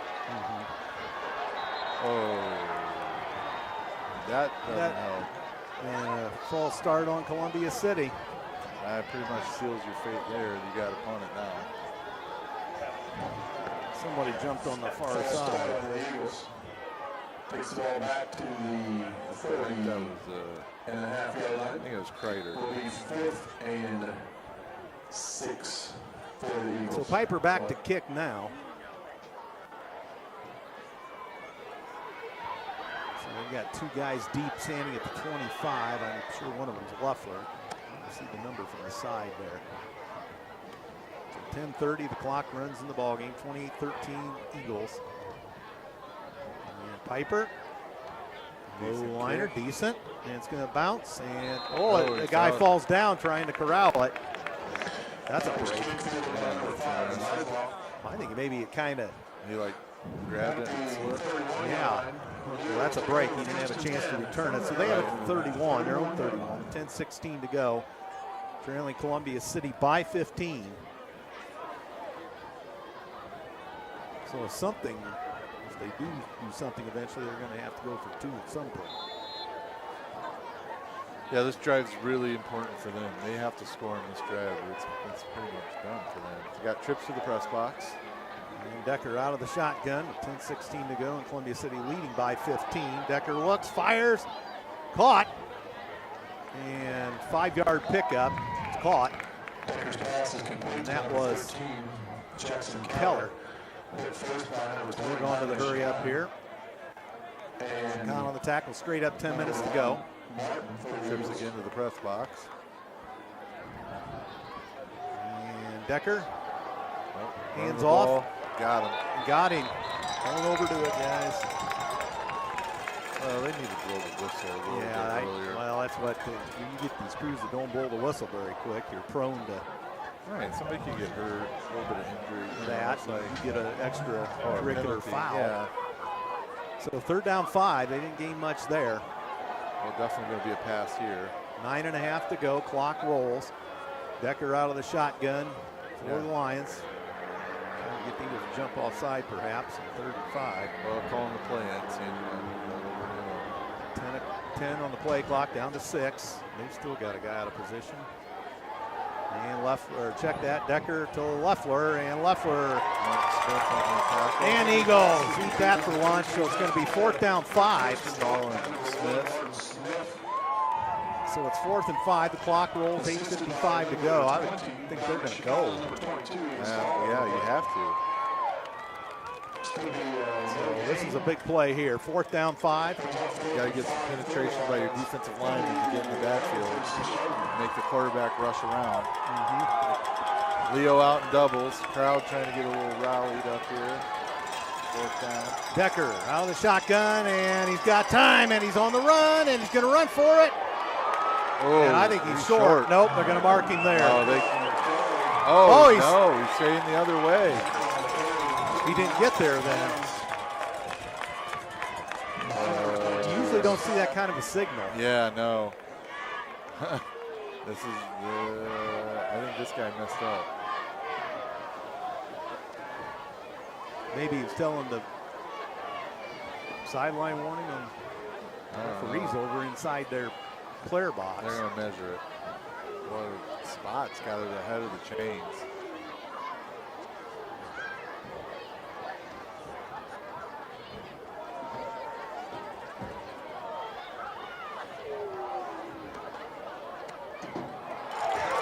There we go. Columbia City football there, hair short. How huge was that? That was a big play. I mean, they had everything covered in the backfield. Well, I guess up the field. Good coverage. Yep. Good coverage. Forced the guy to run out. We pursued well. We had a couple guys over there to meet him at the sticks. So now with 8:22 to go. Columbia City up 2 scores, and Severs, he's going to get back across the line of scrimmage for maybe a yard. Actually, that's no gain. No game. So now Eagles in huddle. Losing all his play clock, Right. which is at 22. Yeah, he should be snapping this about 5. Don't snap it before 5. 15 on the play clock. We go up to the line of scrimmage. 10. Piper up under center. And they snap it with 5. And here's a big hole. There's Goree. Goree, 1st down and then some. Inside the 30 down to the 26.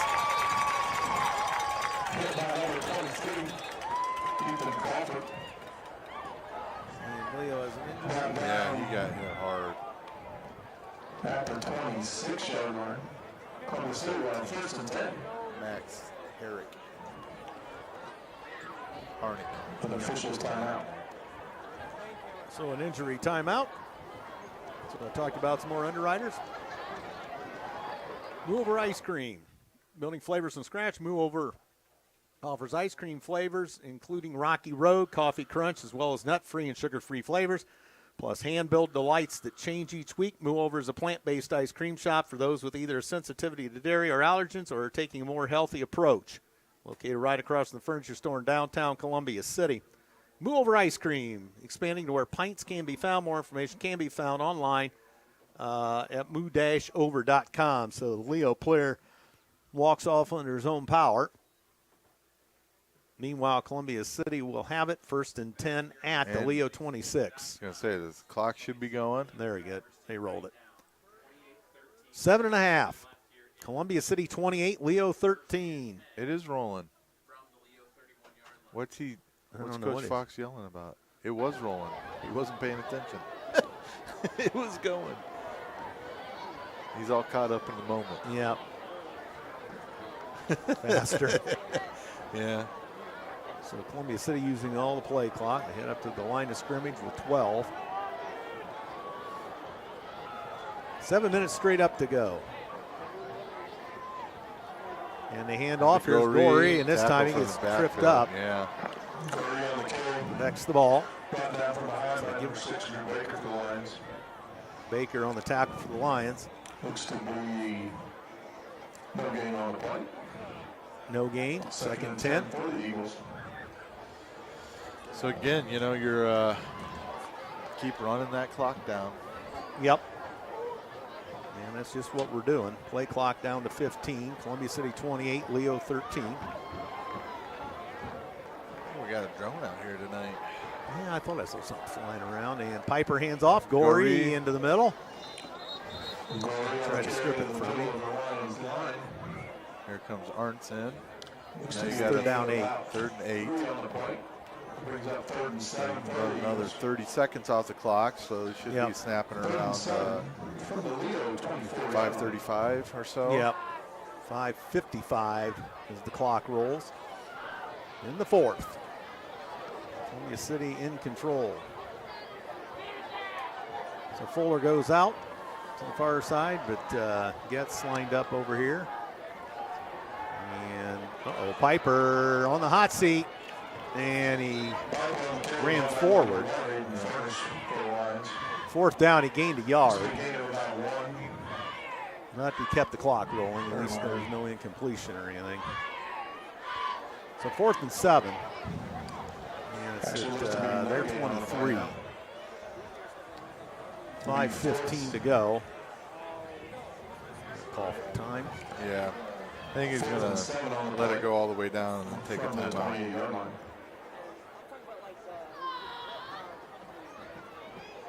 And then decide what they want to do. Yeah. I mean, your defense is playing well, so you might as well take a shot. You know, I don't know how far Urban can kick a field goal, you know, because that'd be pretty decent field goal, 30-something yards. 33, about 40. Yeah, once you get the snap and hold on it. So, you know, I would probably roll out Piper and see if I can hit somebody dragging across. You know, big tight end. Yep. You know, with Shear. And if you get this can probably seal the deal. Right. If you don't, and then you give them a little bit of life. Yeah. I mean, they still got to go A long way. You're right. Still got to go, what, 75 yards or so? Yeah. Give or take. And, you know, defense has been playing really well. Yeah. And, you know, their backs are against the wall. They got to throw the ball. Yeah. They can't methodically go down the field, you know, running it because they don't have that kind of time. No. Plus, I don't know, has he used any timeouts this half? I don't think anybody has, no. Okay. After the timeout, Columbia City 4th and 7. That was our timeout, yes. 23-yard line. 4th and 7, here we go. And Piper's going to roll.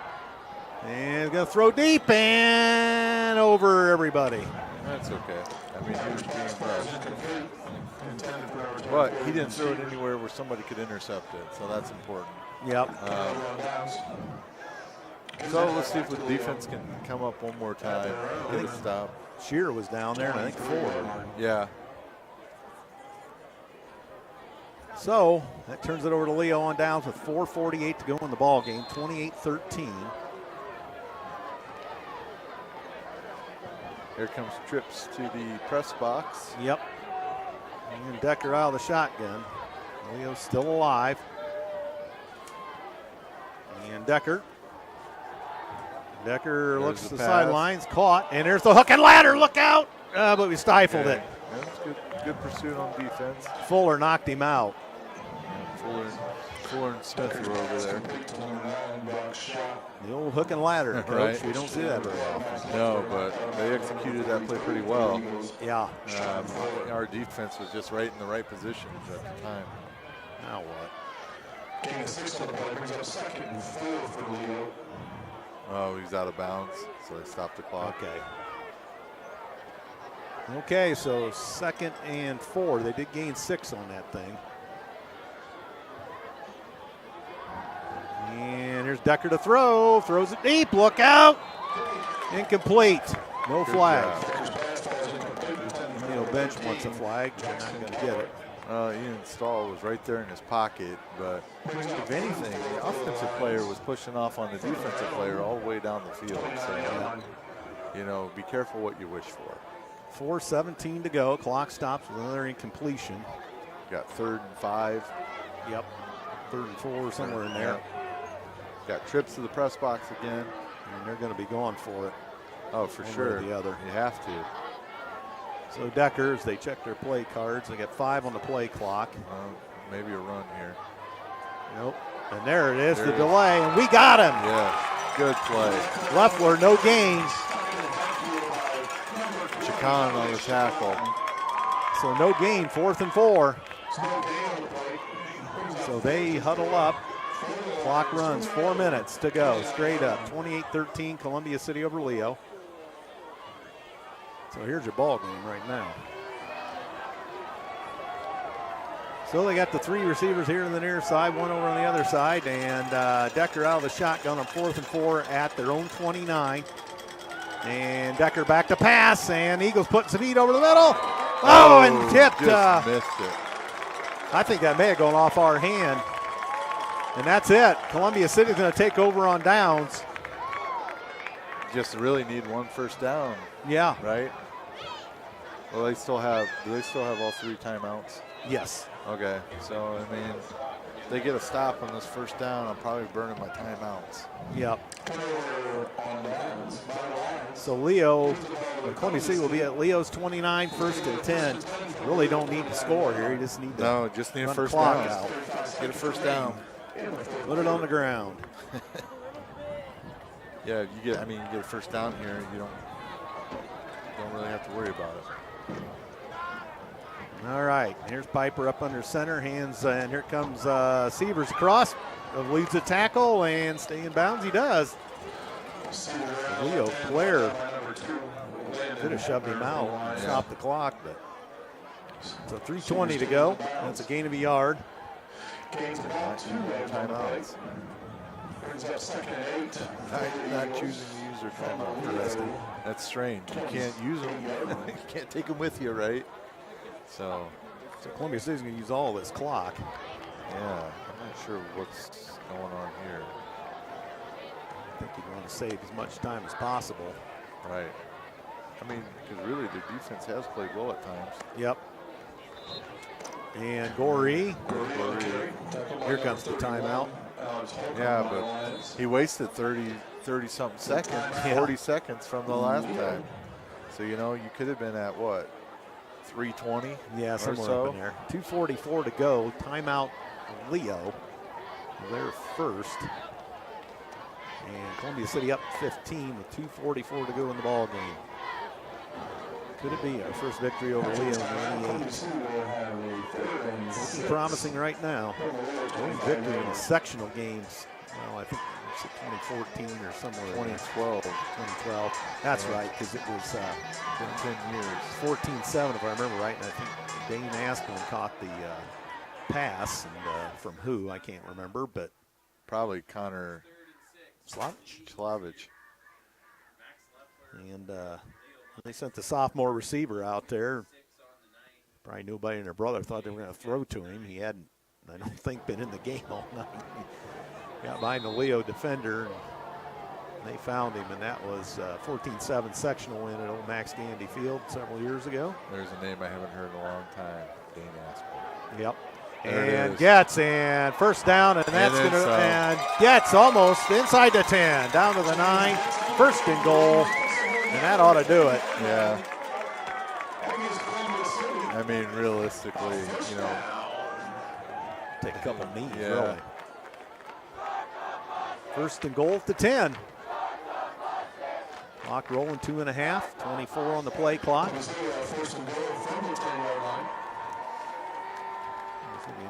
their sweet time here.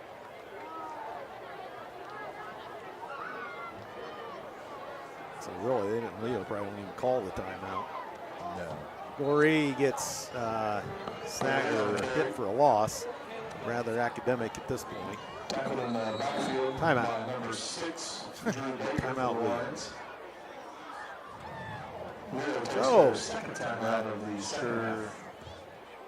Why are we doing that? But So they have one left. 2:04 to go and trailing by 15. again, you take that. Timeout earlier in the game, and now you're at 2:30 something. Yeah, they really conceivably could have been about 3 minutes and 20 seconds to go still. But they elected to do otherwise. So, and it helped the Eagles for sure. So, Right. And right now it's looking like a showdown at the Courtyard next week. Columbia City and Norwell both undefeated for the conference title. That will be an exciting game, that's for sure. Cam Lickey is listening at the mill. Oh, yeah, the SDI boys listen from time to time. Sorry about that. I had to switch over to Messenger to catch Cam's message there. So, former Columbia City football player there. So, second and 11, 2:04 to go in the ball game. And Piper up under center, I formation. Second man, and that's Sievers as they lambaste him.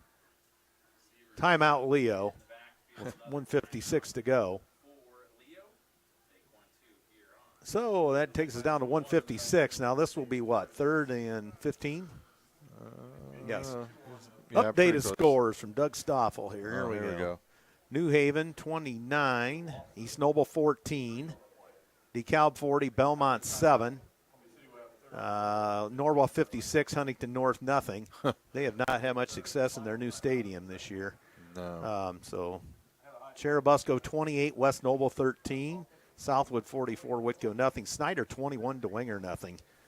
I think DeWinger had a key injury to their quarterback, I believe. What was that East Noble score? And that was New Haven beating East Noble 29-14.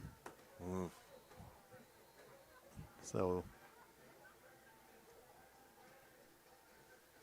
So we are ready to go. Let's run up the middle and run the clock now. Right.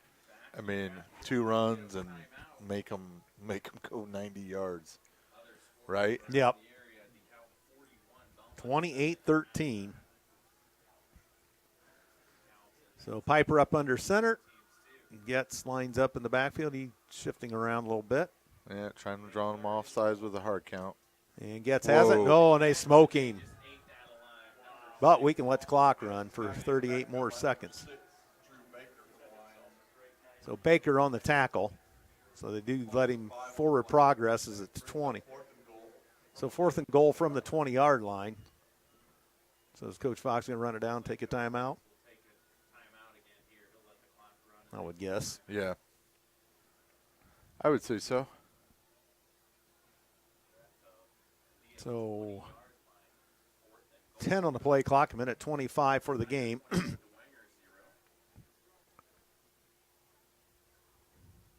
the coach is going to call a timeout. So 1:14 to go is where it stops. You really can't take a knee on 4th down and just give them the ball with 1:14 to go. You don't necessarily want to do that.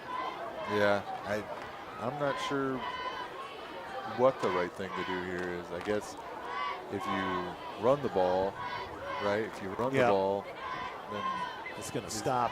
Right, you're gonna get stopped. It's gonna stop the clock. They might stop it early, but if you throw it, you take the chance of throwing an interception.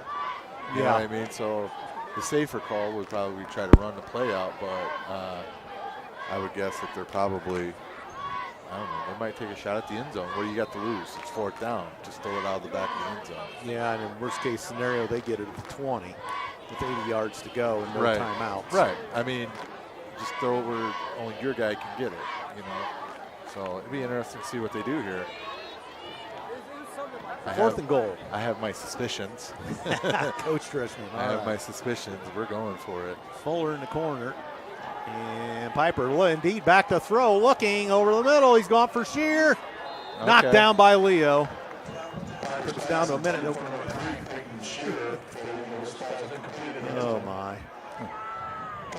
So 1:06 to go. I mean, again, throw it only where your guy can possibly get the ball, right? They covered that well, Leo did. Had two guys over the top of Shear. So it was a jump ball situation. It seems to be having some sort of a discussion over there. I don't know what the referee's doing. But. Oh, they got a kid down on the field. Oh, I didn't see that. Thank you. That's the guy that knocked it away, I think. That's Leffler, isn't it? Oh, it is Leffler. That's huge for them. He's a major cog in the wheel for Leo. Yeah, that would not be good for them going into the postseason. No. He's going to get up, though. I'm not sure who they play next week. DeKalb. Oh, they play DeKalb next week? Yep. They host DeKalb. And we go to Norwell for all the marbles. Yeah, that will be a fun game.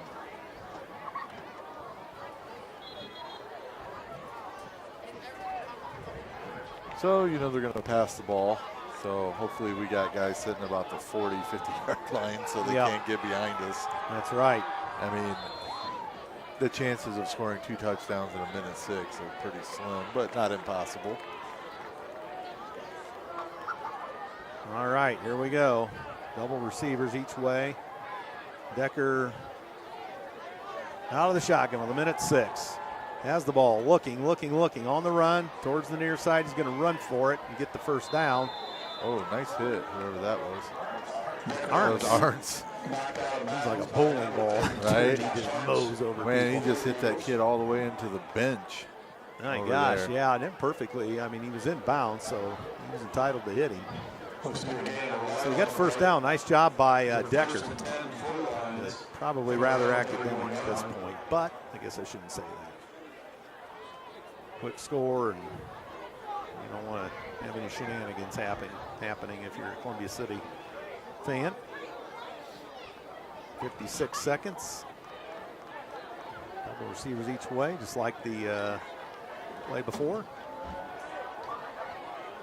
And dancing around Decker, and he's running out of real estate.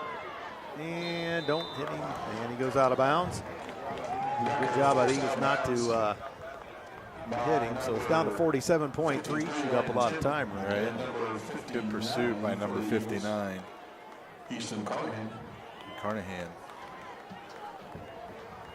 Gain of 4 play brings up 2nd and 6 for the Lions. So, 2nd and 6 at the Leo 35.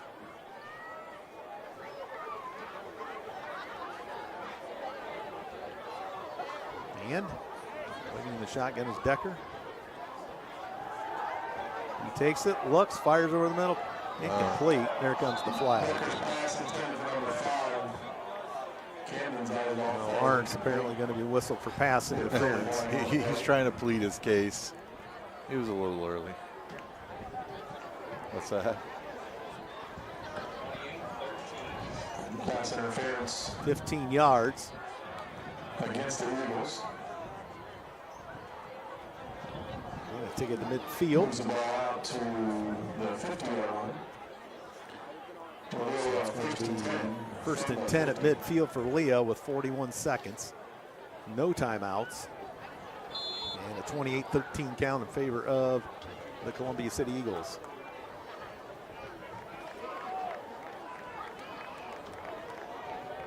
Leo shuffle some players out? No. Kind of easily walking up the line a bit. Ready to go. Decker out of the shotgun. And Decker looking to throw under duress. And oh, don't overdo. They're going to throw a flag. No. Nope. And the ball, pass incomplete. Landon Timms came right in there and got him good. Yep. It was almost late. It was Almost caught. there, yeah. Clock's running.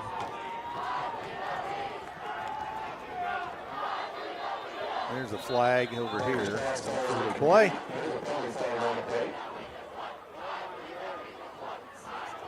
Motion.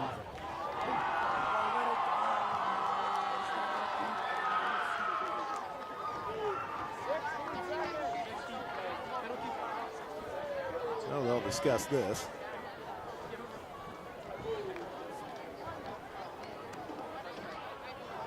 Oh, here comes Mr. Referee with the call.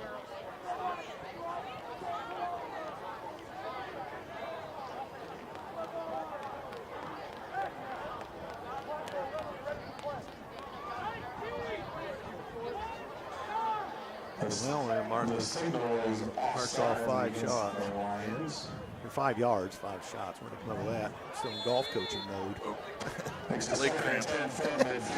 19 seconds back on the clock. Chair too long. And now they run it. Well, they should have now. Well, here it is, the last play of the game, it looks like, with 8 seconds. High snap. Decker just he takes a knee. And that's going to do it. And you can call it the guards. You can turn out the lights. This one belongs to the maroon and gold. 28-13, Columbia City. 7-1 overall, 5-1 in the conference. Or I should say, what's the matter with me? 6-0 in the conference.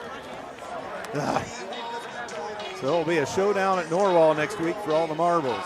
They were easily handling Huntington North tonight. Right. So it'll be down to the courtyard next week. And this is the last home game. We'll see what happens in the tournament. And extra fireworks. Not different than last year when they beat us, 56-7 or something like that. Yeah. So the teams exchange pleasantries at midfield. And what a season. 6-0 in the NE8. First victory over Leo since the 2014 sectional. Or check that, 2012 sectional game. And obviously our first victory in the NE8 over Leo. So. What a year, right? Yeah, so what far. a year. I mean, it's not over yet. No. But not at all. Incredible, right? Incredible. And this team just never lets up. That's the thing. Despite, a mistake here and there, and they just keep rolling with the punches. They keep finding a way, right? They keep finding a way. That's what punches. That's what successful teams do. They keep finding a way to be competitive. Right. And so it's great. And they were really tested today as far as defensively. Leo's defense played really well. Yes. To hold this offense have been scoring seems like 40 points every week, to hold them to 28. That was impressive. Let's see if I can get the right page here. We'll see what I brought that up earlier. I think they were averaging 25 points a game coming in. So who's that? Leo. Yeah. Okay, well, we'll look at statistics. 255 yards of total offense for the Leo Lions on 49 plays. Columbia City 307 yards on 60 plays. Passing, Leo 76 yards on 9 of 16 through the air. 28 yards for the Columbia City Eagles on 2 of 8 through the air. One touchdown throw for Decker and an interception thrown by Decker. Rushing 179 yards for the Leo Lions on 33 carries. 279 yards for the Columbia City Eagles on 52 carries. Both teams averaged 5.4 yards per carry. Receiving 76 yards on the 9 completions. Again, 28 yards for CC on the 2 completions. Penalties 2 for 10 on Leo, 6 for 70 on the Eagles. Turnovers 1 for Leo. That was a big one. We scored off of it. Oh yeah, yep. I mean, anytime you can score off of a turnover, that's big time, right? Yep. Like you're getting free points off of that. And we did. And time of possession 25 minutes 14 seconds for Leo, 22:46 for the Eagles. So it was pretty much a wash. First downs 18-14 in favor of the Eagles. First downs on the ground, 15-8 in favor of the Eagles. Both teams had 2 first downs on the pass. First downs on penalties. Leo got 4. Columbia City got 1. Third down conversions, 5 of 11 for Leo, 45%. 5 of 13 for the Eagles, 38%. Fourth down, 1 of 3 for the Leo Lions, and 2 of 6 for the Columbia City Eagles on 4th down. Decker's line on the night, 9 of 16, 76 yards, a touchdown and interception. Piper's line on the night for Columbia City, 2 of 8, 28 yards. No TDs, no interceptions. We ran them all in tonight. For Leo, Leffler 154 yards on 24 carries and a touchdown. Decker kept it 5 times for 19 yards. Collins, 2 carries for 6. Mons, 1 carry for 2. Fuller, 1 carry, -2. For Columbia City side of the ledger, James Getz, 113 yards on 11 carries, 3 touchdowns by James Getz tonight. Justice Gorey, 15 carries for 78 yards. Josh Arntz, 9 carries for 39 yards. Ethan Sievers, 11 carries, 31 yards, and a touchdown. Noah Pletcher, 2 carries for 13. Piper kept it 4 times for 5 yards. Receiving, Arntz, 1 for 19 yards. Shear, 1 for 9. They kept Fuller off the score sheet. Shot, 4 receptions for 52 yards for Leo and a touchdown. Zeisloff had a reception for 9. Keller, 3 receptions for 9. Leffler, 1 reception for 6. Tackling for Columbia City, Chacon 8, Tim 7, Stahl 5, Arntz 4, Payne 3.5, Tucker 3, Fuller 2.5, Sievers 2, Heiser 1, Smith 1, Carnahan 1, Urban 4 on extra points tonight. And James Getz had a kickoff return for 53 yards. Caden Strofe had 1 for 18, so good doing there. Leffler, 2 kickoff returns for 46 yards for Leo. 1 return for Crawford for 27 yards for Leo. Scoring plays, it went this way. Columbia City on the board. 4:40 into the ball game. James Getz ran for 13 yards and a touchdown. The point after by Landon Urban was good, and it was 7-0 Eagles. Then Leo strikes back early in the second, 1:32 in, as Max Leffler ran 33 yards for a touchdown. Point after by Cooper Harris was good, 7-7. And then it was Ethan Sievers in the waning seconds of the first half as he found the end zone at the 11:44 mark. Sievers for 3 yards and a touchdown. Point after by Urban was good, 14-7. And then later in the third quarter, Columbia City back. And let's see, that would have been 1:36 into the third. No, wait a minute. Let's try this again. 1:26 in the third. Getz ran for 21 yards and a touchdown. Point after by Urban was good, 21-7 Eagles. They came right out of the locker room, did what they had to do, put together a drive, went up 2 scores. Kyler Decker brought Leo back at the 8:04 mark.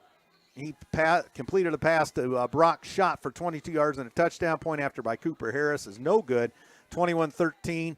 And then the last score of the night, as Columbia City salted it away at the 9:58 marker, James Getz ran for 38 yards and an Eagle touchdown. The point after by Landon Urban was good, 28-13.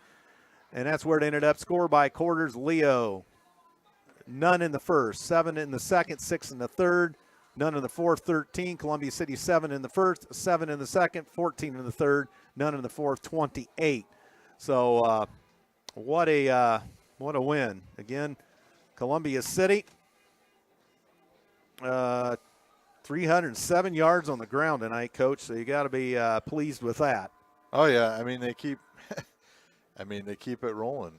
You know, I mean they distribute the ball well. You know, key moments in the game, right? The interception, the big, interception, that turns into a touchdown later. Right. And then you got the, keep them to a field goal attempt, which the kid misses. Then you get back out in the second half. You have a huge return by Getz, right? And you just set the tone from there on out. You're finishing what you started. The score right before halftime, then come back with the ball, score again, right? And that just deflates a team. Right. Okay, that just kind of slows their momentum down. Okay, and puts that little bit of doubt in their mind. And then, this is definitely a team that I would not want to face first round in the playoffs. No, we're on a roll. Yeah. I mean, they're very, very well coached. And, congratulations to the Eagles, Absolutely. Finish out another great win. Undefeated at home. Undefeated at home. Again, next week is going – it's going to be wild. Yeah, it's going to be wild. It's going to get crazy, and it's definitely going to be interesting to see our offense versus Norwell's defense, because Norwell's defense, I think, ranked number 1 in the state right now as far as not allowing points. I think they're giving up on average less than 3 points a game. Yeah, they haven't given up too much. I mean, We'll they check gave it out up real quick. They gave up 2 touchdowns last week, and that's like the most they've given up all year. 4 points they're giving up. 4 points a game. See, they was averaging 2 points. So, I mean, Yeah. when you've got a team that's running the ball, and typically, we're putting up 40 points a game here. Yeah. Not tonight, of course, but typically we're we're probably averaging 30, 40 points a game, and so that's going to be interesting to see how that happens. Here comes Coach Fox. I'm going to give my headphones away to him and let him get on here with Andrew Thompson. Good win, Coach. Here you go. All right, Coach Trishman.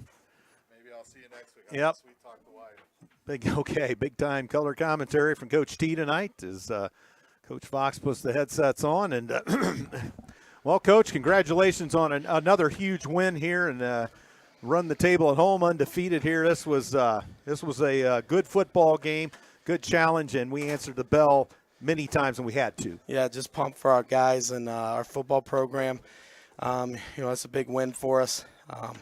Just proud of our guys and the way that they were resilient, and they fought, and they got after it. Just pumped for them, offensively and defensively. One of those defensive scores, you got two penalties that led to first downs on there, like 2 big penalties too, like 3rd and longs that kept their drives going. And so just really excited for our guys and just the way that they responded and they played, and just got after it. And they're believing and they're listening to the little things, and just getting better. They're not satisfied with who they are or where they're at or, what we've done. And so to have an opportunity to play for a conference title next week at Norwell, we need all you guys, all the Eagle Nation to drive down there to Ossian, and just pack that place, and just make it an unbelievable atmosphere, and just, I don't know, I'm just excited. I've told these guys a lot, when I think about it. When I came here 9 years ago, this group was fourth graders. Yeah, so they're 4th graders. And back then in JFL, we started, tackling stuff with the 4th graders. So when you go through it, this is my first group that has been, with us all the way through. Mm-hmm. So like when they started tackle football in 4th grade with JFL, which now we've expanded into, some younger age. We had a kind of a learning league, for 2nd and 3rd graders then. But like these guys are truly the first group that's come all the way through, and it's just a shout out to the patience of our administration. And, when I got hired, one of the things I told Jeff Penrod is don't judge me on what the program looks after year 1, but please judge me off what the whole program looks like after year 5 or 6. And they were willing to be patient with that. And I couldn't be even more thankful for Jeff Penrod and Jennifer Reef, who was principal at the time, bringing me in, and then Kelly Leach and Brady Mullet continuing to support this program and what we're doing and what we're trying to build in this community. Next week when we're going to Norwell, it's a celebration of what our community is and where our community is going. So let's go down to Ossian and let's have a huge party. Let's have a huge party down there. Indeed. Well, a couple key moments in this game among many. Before the half, we get the ball back. We manage the clock well. We get down there, the waning seconds. We punch it in, knowing we're going to get the ball to start the second half. How big was that to come out and then do what we had to do to go up 2 scores after the intermission? Oh, it was absolutely huge. To be able to get on that and have that special team turnover there and to capitalize off of it was huge for momentum there. And then huge special team play to start out the half with Getz having that huge run and then having the huge run on Jet for us and getting a touchdown in there. It was just a big momentum shift there and kind of created some separation and some desperation too in Leo. So I couldn't be more proud of of the way that we played and the way that, once we got up 21, when we got that third touchdown, the defense could kind of sit back and it kind of made Leo one-dimensional, and that's what we wanted them to do. And just, the one thing that you're gonna look at, I mean, this is a team that has been concentrating on the run the last couple weeks and really improving their run game. And just, you're going to look at it and you're going to say 179 yards. Like, that's kind of crazy. But actually, that's really, really good, I think, by our defense. And we put them in situations where they're going to have to pass. And they didn't complete anything down the field. Only getting 76 passing yards. It's huge for them. Yeah, another big one that I recall is Ian Stahl making a late tackle over there along the sidelines. Probably the receiver or player would have scored, but he came from across the field and never gave up on the play, and he cut off what was probably a touchdown, and that led to, if I remember right, we held him miss field goal. So if he doesn't, if he's not there, he can switch the momentum a little bit. But big play there, and we were able to take it from there. That is a huge play. You're right. I mean, he took the angle, too, and that's stuff that we work on in practice, and it's those little things. And we tell them those little things lead to us being a championship caliber team. And so just – I mean, I don't know. I'm so pumped right now. I'm so excited for our guys. I want them to enjoy this and understand it and keep building on it. So it's awesome, Andy. Yeah, that's one of those plays that you don't see in the box score, and a lot of people don't recognize that fact and how big that was. You're right. You're absolutely right. So, hey, this has been fun. This team just continues to grow, and they don't let up, and they just keep moving forward despite, whatever happens to them, the bumps in the road we've had, which, have been limited, and credit to us for that. And this team just keeps going, and they're not going to stop. Yeah, they're not going to stop, and they're going to keep working on it. And, we got sectional draw on Sunday, and then we also, just concentrating on Norwell, get that conference championship. I'll find out wherever your desk is and maybe bring you a treat. But we'll talk about that next week. I got it. So all you listeners can tune in next week. That's a little what do they call that when you're pitchfork. Yeah, well, they got the pitchfork. Yeah, we got Martin Smith down there. Yeah, Jake giving him that. We're gonna paint that thing maroon and gold, baby. Paint that thing maroon and gold. So yeah, you bring that trophy and set it somewhere. I don't have an office here, but yeah, right. Maybe I'll share Coach Shear's office for a while. I wonder if my Ford Focus key can unlock your Ford Focus, right? I mean, we both have blue ones. It's got to be able to unlock both of them. Right? I got the tail fin, you don't, and that's because you like speed, baby. Oh yeah, like speed. All right, you need that for your afterburners you got on that car of yours. Brett Fox, you're amazing. Well, we're certainly looking forward to that moment and how you're going to figure that chicanery out and pull that one on me after I pulled the trick on you. That's right. Which wasn't really necessarily intended to be a trick, but anyway. I know it was. Okay, you know it was. Hey, I brought you Peyton Shear. Yes, I see the big man up here, the wingspan of an albatross. He had a huge catch. Yes. I'm just so proud that his mom taught him how to box out, growing up. He probably had to be practice team. Exactly, because that's what he did. He boxed the defender out and got his hands to it, which is perfect for the rebounds. I know she taught him that, get your hands up there, go get it, and he went and got it. And then the other piece, you talk about huge plays by Ian Stahl going in here. Yeah. James Getz doesn't score on that long run if Shear doesn't go down the field and make a huge block. And, we got people that, they're like, why do you dress these freshmen? Why do you dress these 9 or 10 freshmen? And they're never going to go in a game. You want to know why we dress those 9 freshmen? So they can see Peyton Shear running down and making that play. So they can see Ian Stahl making that play because they can learn on a Friday night from that. Yeah. And it's just such a huge play. And we've been talking to him about it and saying, hey, we need that. It's a touchdown block. That's a touchdown block.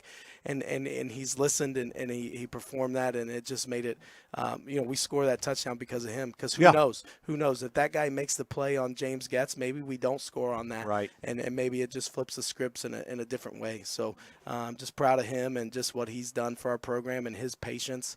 And just, he also, man, we ran a backside belly, and Yep. he got us a huge first down with him and Quinn Hesting on a beautiful block in there. And so it's the little things sometimes, and so just wanted to kind of reward him, put him on the hot seat up here, right, with Andrew Thompson, all right? So, Gee, Brett Fox, you're amazing. Well, congratulations on a huge win. Thanks, man. This is just a blast. Good job. Thank you. Have a good week of practice. I'll see you somewhere along the line, and good luck. All right, that's Coach Brett Fox, obviously happy with his thoughts here tonight.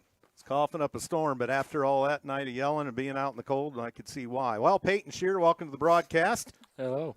Hello. Well, congratulations on a huge win tonight here. Just again, our home games have been a great atmosphere to play in.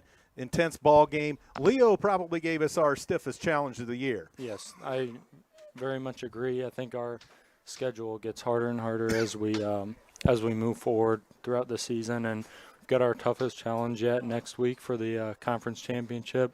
I know all the guys are really excited about that, and we're all pumped. But yeah, went to East Noble last week, took care of business. Guys were ready tonight to do the same thing. We knew they were the toughest team yet. I mean, last year we got spanked by them, so we were ready to get our revenge. Absolutely, and you get a couple of wins over teams that have traditionally given us some problems. And we get back to the fact you talked about the schedule and, getting tougher. And for that reason, the pundits kind of, they kind of expect Columbia City to, fold a little bit. And you guys just keep going. And Coach and I have talked about it. You have maybe a mistake here or there, something, catastrophic happens. You guys just keep going. You just keep going. I think that's a trademark of your football team here. You guys just keep going no matter what the case. Yep. Coaches are always on us about if we make a mistake, you got to forget it and move on. It's the past. So whether it's a false start or a missed block, you learn from that and you just keep going. We just got to keep persevering. It's what championship teams do. Yeah, and you've had some big catches, and you're kind of the lurking variable, I like to think of. It's kind of a math term, I guess, or the guy lurking in the weeds. But they're always there, keying on Fuller. Yep. Your spots are picked for you, and you make some big plays for this team, and you've got the range. You've got the range, as I like to say, a wingspan of an albatross. But that's kind of got to be neat that when the play comes to you. Number one, you're prepared for it. Number two, you make the play, and nobody's on the defense really expecting you to, and that's key. I got to be prepared for it because whether they're coming up to Stratton or, that safety goes over, I got to be ready for that deep ball, and whether it's a crosser through the middle, I just got to, whatever it is, an out. I just got to be ready for those big plays when I get called on, and whether, we run so much they're not expecting the pass, then, yep. Yeah, and I think with this team, and I'm not down on the field, but I think it doesn't really matter who does what in the end. This is a team that's rolling towards the common goal, and I don't think anybody necessarily worries about who gets what or carry or pass or whatever. This team's dialed in, and they know what they want, where they want to go. Yes, very unselfish. One night it's one person, whether it's Stratton with his passes. Tonight it was James Getz. Heck of a night. But we got Getz, Severs, Gorey, Arntz, Stratton. You gotta pick and choose, and you can't pick all of them. But the lurking variable. But it's got to be hard for teams to pick and choose, and yeah. So we go to Norwell next week. We've got all the marbles on the table. We've been waiting for a shot like this, and we're going to have it. That's never an easy place to play. It's typically cold and windy, and they're only giving up, minuscule points. We're not really giving up that many either. But that is going to be, a battle in the test of all tests here this season. Yes, I agree. We got a longer bus ride. We got to get down there and be ready to play. Conference championship. Just got to, sweet. Yeah, we got to come out ready. All right, Peyton. Well, congratulations, Thank big you. man. It's good to talk to you. I'll see you down the road. Have a good week of practice, and best of luck next week, young man. Thank you. All right, Peyton Shear, ladies and gentlemen, boys and girls. Another big night. And, wow, what a night it was for the Columbia City faithful. And Eagles bent, but they didn't break when they had to. And they win it 28-13 here tonight at the stadium. So that's going to about wrap it up tonight. The underwriters, once again, excuse me, were Morse's Builders Mart, Surf Internet, City Auto Mall, BlueLineBins.com, and Move Over Ice Cream. They were a part of this broadcast.